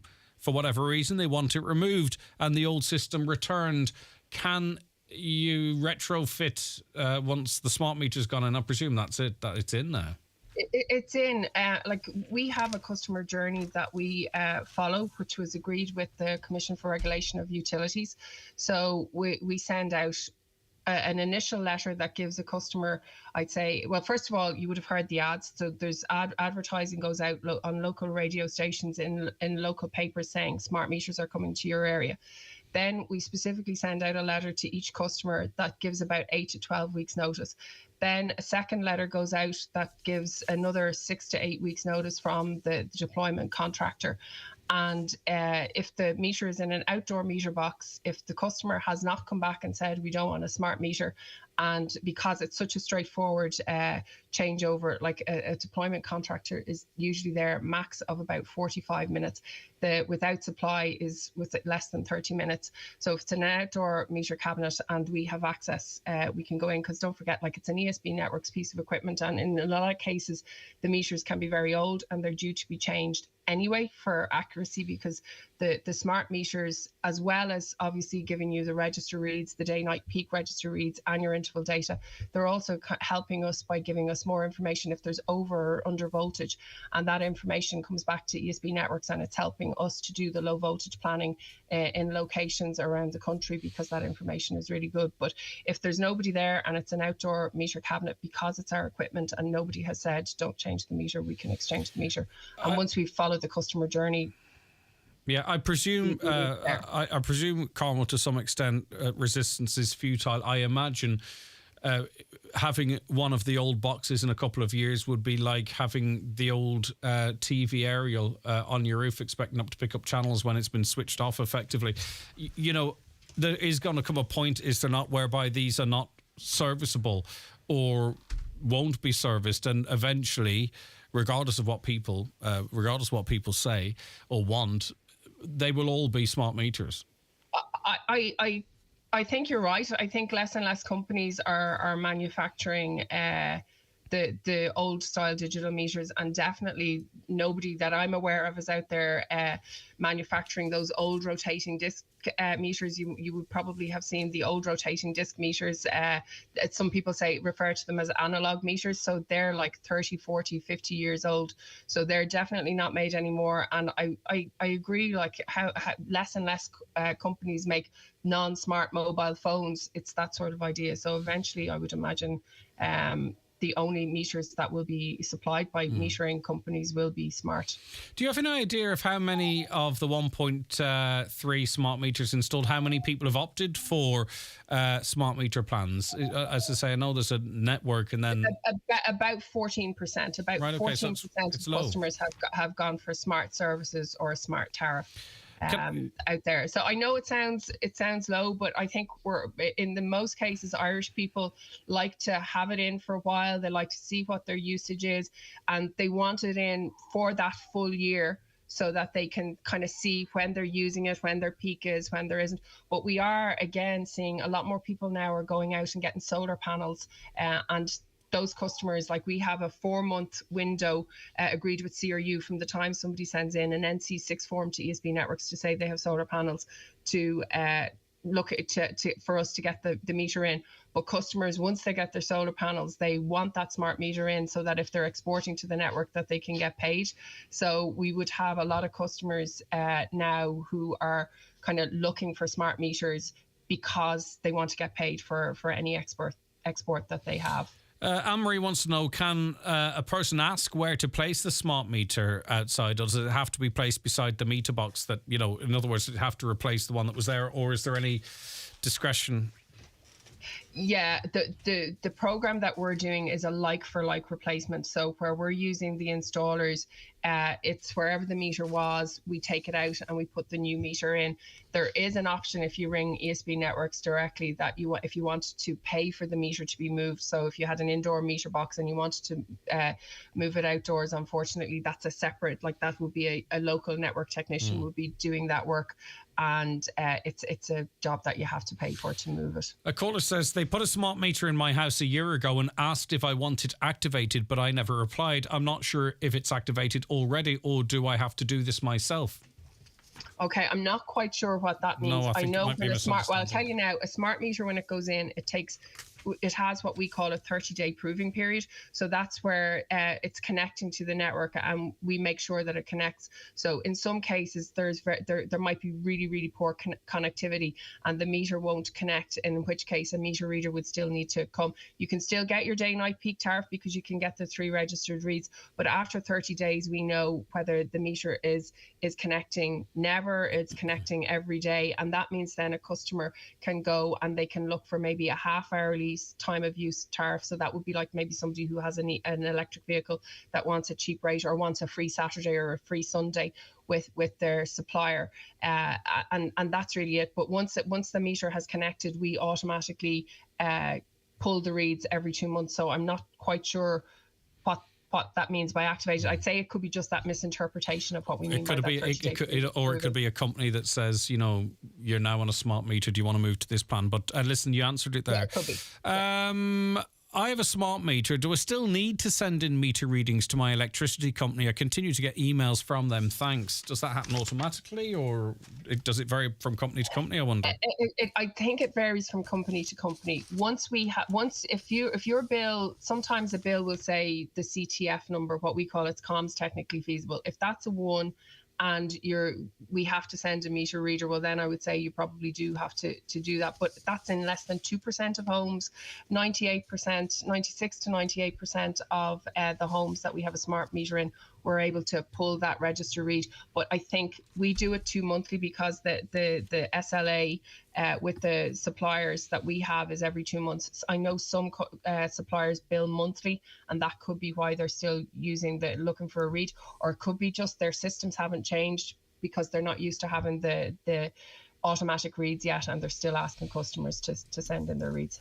This is off the back of a couple of questions. I've kind of merged them together. Effectively, at the moment, getting your meter changed is free. Does there come a point where someone has an analog meter and maybe it breaks down or whatever, and they have to switch to a smart meter, or they're no longer being serviced? Does there come a point where it's going to cost people to switch to a smart meter? I don't think so. You're right, if there's a fault exchange, it depends, I think, on when somebody goes out, like if it was an old meter. But I have a feeling we're not charging if a smart meter goes in instead of I'd say an analog or an old digital meter. I don't think we're charging, but I don't know off the top of my head. I'm kind of guessing there. But the plan is that if somebody is changing as part of our program, and like I say, our program is going to go on for another couple of years. It'll be going on into 2026 for those last few oddbally ones, not the normal kind of 24-hour register, day-night register ones. It will definitely, we'll be picking them up and we'll be exchanging them for free. So I know that some customers initially might have said, look, I don't want a smart meter, and they've said they didn't want it, and then they go and they get solar panels, or they talk to friends or neighbours who have actually experienced, the free Saturday, they're saving money, and they go, oh, wait a minute, I want to change my mind. I want to get that smart meter. They can just contact us and it goes on the exchange list and there's no cost. A caller says, I received no letter or notification from the ESB, but came home to my outside box being changed. When do they plan to charge for fitting of the meters? Sorry, that's two different ones. So you've answered the fitting one. The first one, sorry. We do get a lot of contact from people, and I know you talked about a customer experience, Carmel. We get a lot of notifications. This person's not necessarily saying they want it out or whatever, but there does seem to be quite a lot of people that find themselves with a smart meter having never been notified, or they feel they were never notified of one being put in. I'm wondering, is it just a feeling? Because what I would say is, if to date, any customers that have said that they didn't get any letters, our systems are showing that they got the 2 letters. Now, unless there's something has gone wrong with the post, or maybe it got lost in, yourself, junk mail and things like that. But like, I can't think of anybody where we had not sent any letters where a meter has been exchanged. Can you ask Carmel, when people with dual meters, night storage, can get a smart meter? Currently, we can't. Yeah, so come September, we have the new meter that we have purchased. It's called a Sagem meter. It's from a company in France, and that new meter has allowed us to set that meter up as a day-night meter. So we are going to do what we call like-for-like exchanges, so that we'll take out the old day-night meter, we'll put in the new day-night meter, and it'll work the exact same. And again, like I had said earlier, the customer can then decide whether they want to stay on a day-night tariff, or whether they want to go onto one of the interval tariffs, or a day-night peak tariff, depending on whether it will save them money. So that's your normal day-night. There's another type of day-night meter where a customer has night storage meters, and what they have is they've 2 meters. They've a meter that only records for their night storage heating, and then they have another meter. So we will in September, we will also be starting exchanging the night storage heating meters where no night storage heating has been used in over a year or 2 years. So a lot of customers maybe had night storage heating 2 years ago, 10 years ago. They upgraded their heating systems. They took out the old night storage heating, and then didn't want to pay to get the second meter removed. So we're going to be starting into those in September, and we're looking at the rest of them, how we're going to do that for early next year. So I would say hold on another couple of months, and you're going to start seeing your day-night meters exchanged as well. All right, 2-part question. Do I have to pay for a smart meter? You've answered that already, no. Another, why is an out-of-state company doing this work? I don't know who's doing it, but presumably... We have 3. Obviously, depending on the location, ESB network technicians are doing some of them, but as you can imagine, like trying to change 2 million meters over 5-6 years with all of the other work that's going on, new connections work, there just aren't enough people within ESB networks to do that. So we have 3 deployment contractors. We have a company called TLI, who are based out of Cork. We have a company it's called Cersei, they're based out of Dublin, and MDE are based out of Monaghan. Okay, so I don't know. I'm not sure where the out of state came from. Well, you know yourself, this is why these kind of interviews are useful. I installed PV solar panels myself. Can I still sell my electricity back to the grid?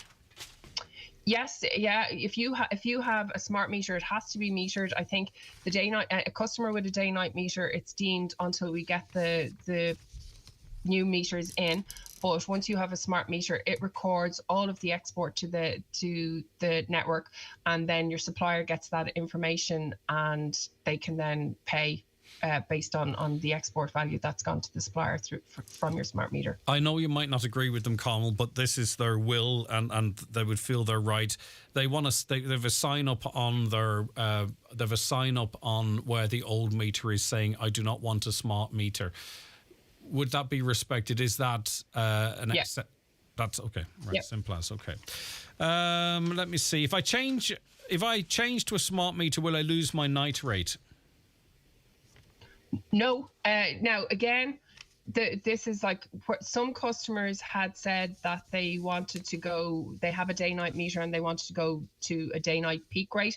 So in the old one where we didn't have the like-for-like exchange, if you got a new smart meter, you had to go day-night peak. But from September, we have a new smart day-night meter. So nothing will change. You'll get your new smart meter with all of the information. You can look at your interval data, but you do not have to change tariff. And that's the point with any smart meter exchange. a customer does not change their tariff unless they opt to do so. You know, like with broadband, they come in and they roll out the network and then everyone gets offered broadband at the same time. The smart meter rollout isn't necessarily like that, is it? And it's a question. It's more based on customer profile than location. Well, it started, obviously we started small. We started in 5 planner groups back when we started back in 2019. We're now in all of our 34 planner groups across the country. So I think we're in Donegal would be covered by Letterkenny planner group and Killybegs planner group. So I think we started there early last year. So we're all over the country, but we did start in pockets, and so I'd say Longford was actually the last planner group that we went into. So we're only in Longford since February of this year, so that we would be last out of Longford, if you know what I mean. Yep. Because we're going through. But. All right, just a couple more here. I have a smart prepay power. Do I still have to get an ESB one? I think that's okay, tags on to the network, doesn't it? Yeah. Yes is the answer, right? So if you have a lifestyle prepayment meter, that means you have a meter on the customer side of the interface. So we still have a meter of record, which is behind kind of the customer interface. So whether your lifestyle pay as you go or not, we will still want to exchange the meter for a smart meter for all of the reasons that I mentioned earlier, because it'll give good network information as well and will help us in the future for planning. If we have poor voltage somewhere, it'll highlight that to us as well. Is there any place or portal that people can get further information if they have particular concerns? This listener says, 9 months ago, I sent a letter asking for information on the smart meter. I'm an older person. I can't do anything digital, so I decided to not get it. I wanted the information on paper. I posted twice asking the ESB for this. In return, I got a piece of paper with little to none information. It was really just a flyer. No personal letter addressing my 6 questions. I'm still left confused with regards to smart meters. So is there any portal or any sort of analog system where people can get more info? You're right. Like, everything is on the ESB Network's website. So if anybody logs on to ESB Network's website, there's a whole smart pay-as-you-go page. We have the frequently asked questions. But this gentleman... So that's what I was going to say.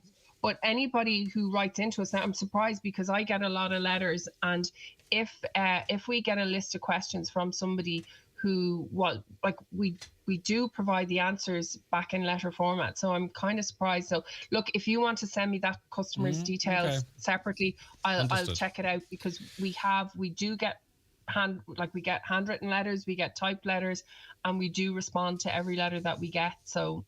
Okay. Sorry about that. Sorry to that customer. No, I understand. We do try. I don't know what this means. Smart meter, old meter has a 45 amp fuse. The new meter has a 32 amp fuse. Is there any significance to that, Carmel? I don't. I'm not sure. All pieces of equipment would have their own internal fuse, a bit like your plug that would have a fuse, but sometimes I have heard people trying to maintain that there's an issue with again that misinformation. But don't forget, every home has a cutout with the fuse that protects the house, and I'm really not aware of the difference between the fuses in the meter. But and very finally, just while we're clearing a few things up, Carmel, you know, there is people. I get that people have a concern that this means that Big Brother has more power, that they can switch off your power with the flick of a switch with these new smart meters. But I'm not saying that happens or doesn't happen. But there's no extra capabilities, is there, that companies have that they didn't have before? Do smart meters offer any? No. What I will say to you is we are working on a switch that will not be available before the end of next year for smart pay-as-you-go. So if a customer wants to opt for a pay-as-you-go option, we're working on that. And I think one of the reasons that CRU would like to see that in the Commission for Regulation of Utilities is because it will give customers more freedom to look and shop around for, better value if they want to go for a pay-as-you-go product. But at no point will switching will always be on the basis of the rules that are there. And again, the data, we mind every piece of data that we get as if it was personal data. And I do believe the data will help us make a better network out there for customers, because it will highlight even before a customer has to ring in with a complaint that they have poor voltage in some way, shape or form. So I'm not just saying this because obviously it's my job at the minute, but I really do think that smart meters are going to be a game changer, because they will give all that extra information to a customer that will allow them pick and choose when they want to use their electricity. But I think you said it earlier, like if a customer chooses to do nothing, they don't change the way they use their electricity, they don't change their tariff, they stay with their supplier, nothing will change, except that we will be able to pull actual reads, and a customer will always have an actual bill, and there'll be no under and over billing and catch-up bills. That'll be a thing of the past. But I think they will give a lot more control, particularly if a customer has solar panels. They'll be able to get paid for their export, but they will be able to decide for themselves whether or not they want to change the way they use their electricity and save a bit of money. Okay, thanks for your time this morning. That's Carmel O'Connor, ESB Network Smart Metering Project Manager, obviously a strong advocate of smart meters.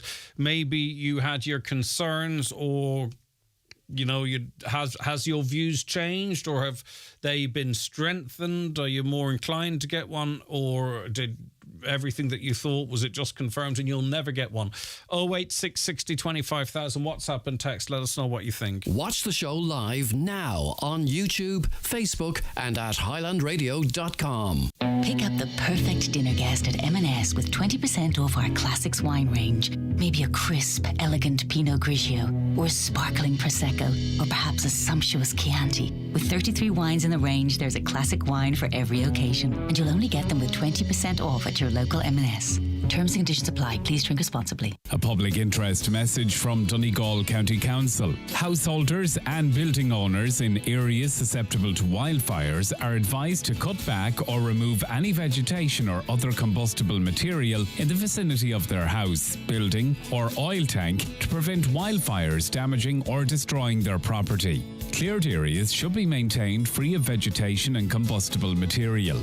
Donegal County Council would like to remind landowners and members of the public that under the Wildlife Act 1976 and 2000, it is an offence to cut, grub, burn or otherwise destroy any vegetation growing on any land not then cultivated between the 1st day of March and the 31st day of August in any year.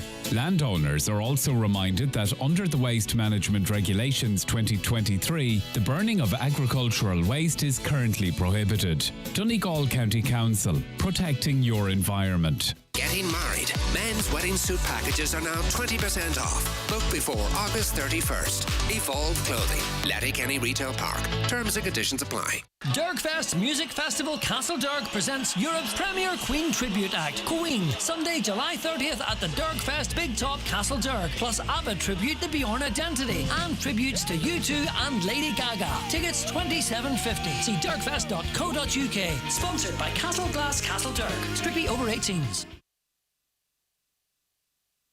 PDO thread lifts and skin boosters, which rejuvenate the skin by improving facial contours, lifting and tightening the jowls, neck, cheeks and eyebrows, are available at Genesis Aesthetics and Skincare Clinic, Gweedore. To choose the right aesthetic treatment for you, contact Mary Ferry, your aesthetic practitioner. Also offering fat dissolving treatments, dermal fillers and laser treatments for all skin conditions. Hair and makeup packages also available. Genesis Aesthetics and Skincare Clinic, Gweedore. 07495 325 75. At Hickey Clark and Langan Insurance Brokers, they compare quotes from all the leading insurers, so you get a great price. Home, motor and van, farm, holiday home, travel and liability insurance, they quote them all. So if the worst happens, you're covered. For a competitive insurance quote today, call Hickey Clark and Langan on 9126688 or pop into their office at Ballymacool, Letterkenny. Hickey Clark and Langan General Insurances Limited, trading as Hickey Clark and Langan, is regulated by the Central Bank of Ireland. Go full Lidl today for savings that stack up, like 4 Irish Board B approved skinny burgers worth $3.79, now $2.99. Toss in our deluxe salad trio was $1.59, now 99¢. And top it off with Santa Rita Sauvignon Blanc for $7.99. Go on, shop without compromise. Go full Lidl today. Get the facts. Be drinkaware. Visit drinkaware.ie. This summer, visit Belfast. Discover a jam-packed calendar of events and experiences for an adventure as unique as the city. Enjoy concerts, culture and lively debates at Fela and Fubble, Ireland's biggest community arts festival. Make room for a food tour in the iconic Cathedral Quarter, or why not take in a Turner Prize winner at the Ulster Museum? In Belfast, there's always something new, and it's all up to you. So what are you waiting for? Plan your getaway today at visitbelfast.com. Join All Folked Up live at the Abbey Hotel, Donegal this Saturday, the 29th of July. That's All Folked Up live at the Abbey Hotel, Donegal this Saturday, the 29th of July. Tickets available from Eventbrite. Okay, you're very welcome back to what was a really busy 9 till noon show. Thank you so much for getting involved in the conversation as you have. Greg, tell you to save electricity, but the smart meter tariff hours are terrible. I'm a carer and I have to make dinner at certain times and wash clothes during the day. Well, just stay where you are. Don't go on the night tariffs. I personally wouldn't, because I don't have a car to plug in. And also, I'm not putting on the dishwasher or the washing machine or the dryer or anything at night, because I wouldn't sleep.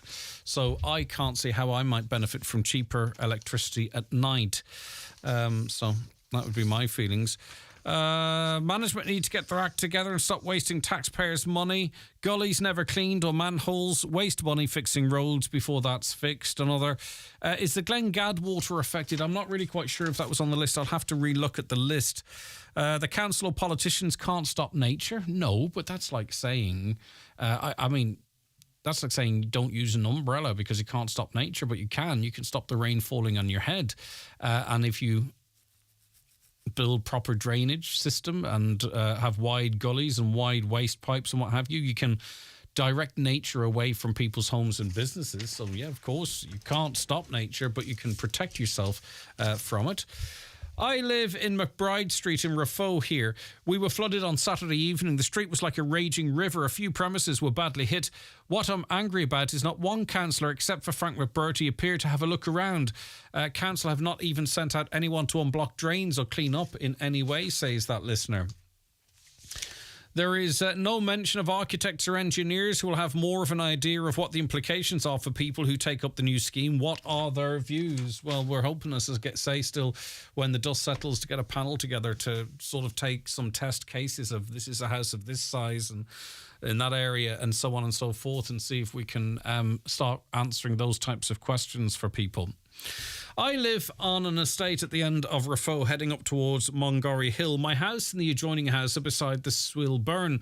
When I came home on Saturday evening at 6:30pm, there was only a trickle of water running down the road, but just after 7, the Swill burst. I've been here 14 years, and that was definitely the worst I've seen. The last time was February 21. I was lucky I didn't get any water in the house, but my neighbour wasn't. There's a small wall in the back between our houses, and the water backed up there and went in her back door. The water flowing past our homes was strong enough to pull a full bag of coal from the front of my neighbour's house and sent it down the road.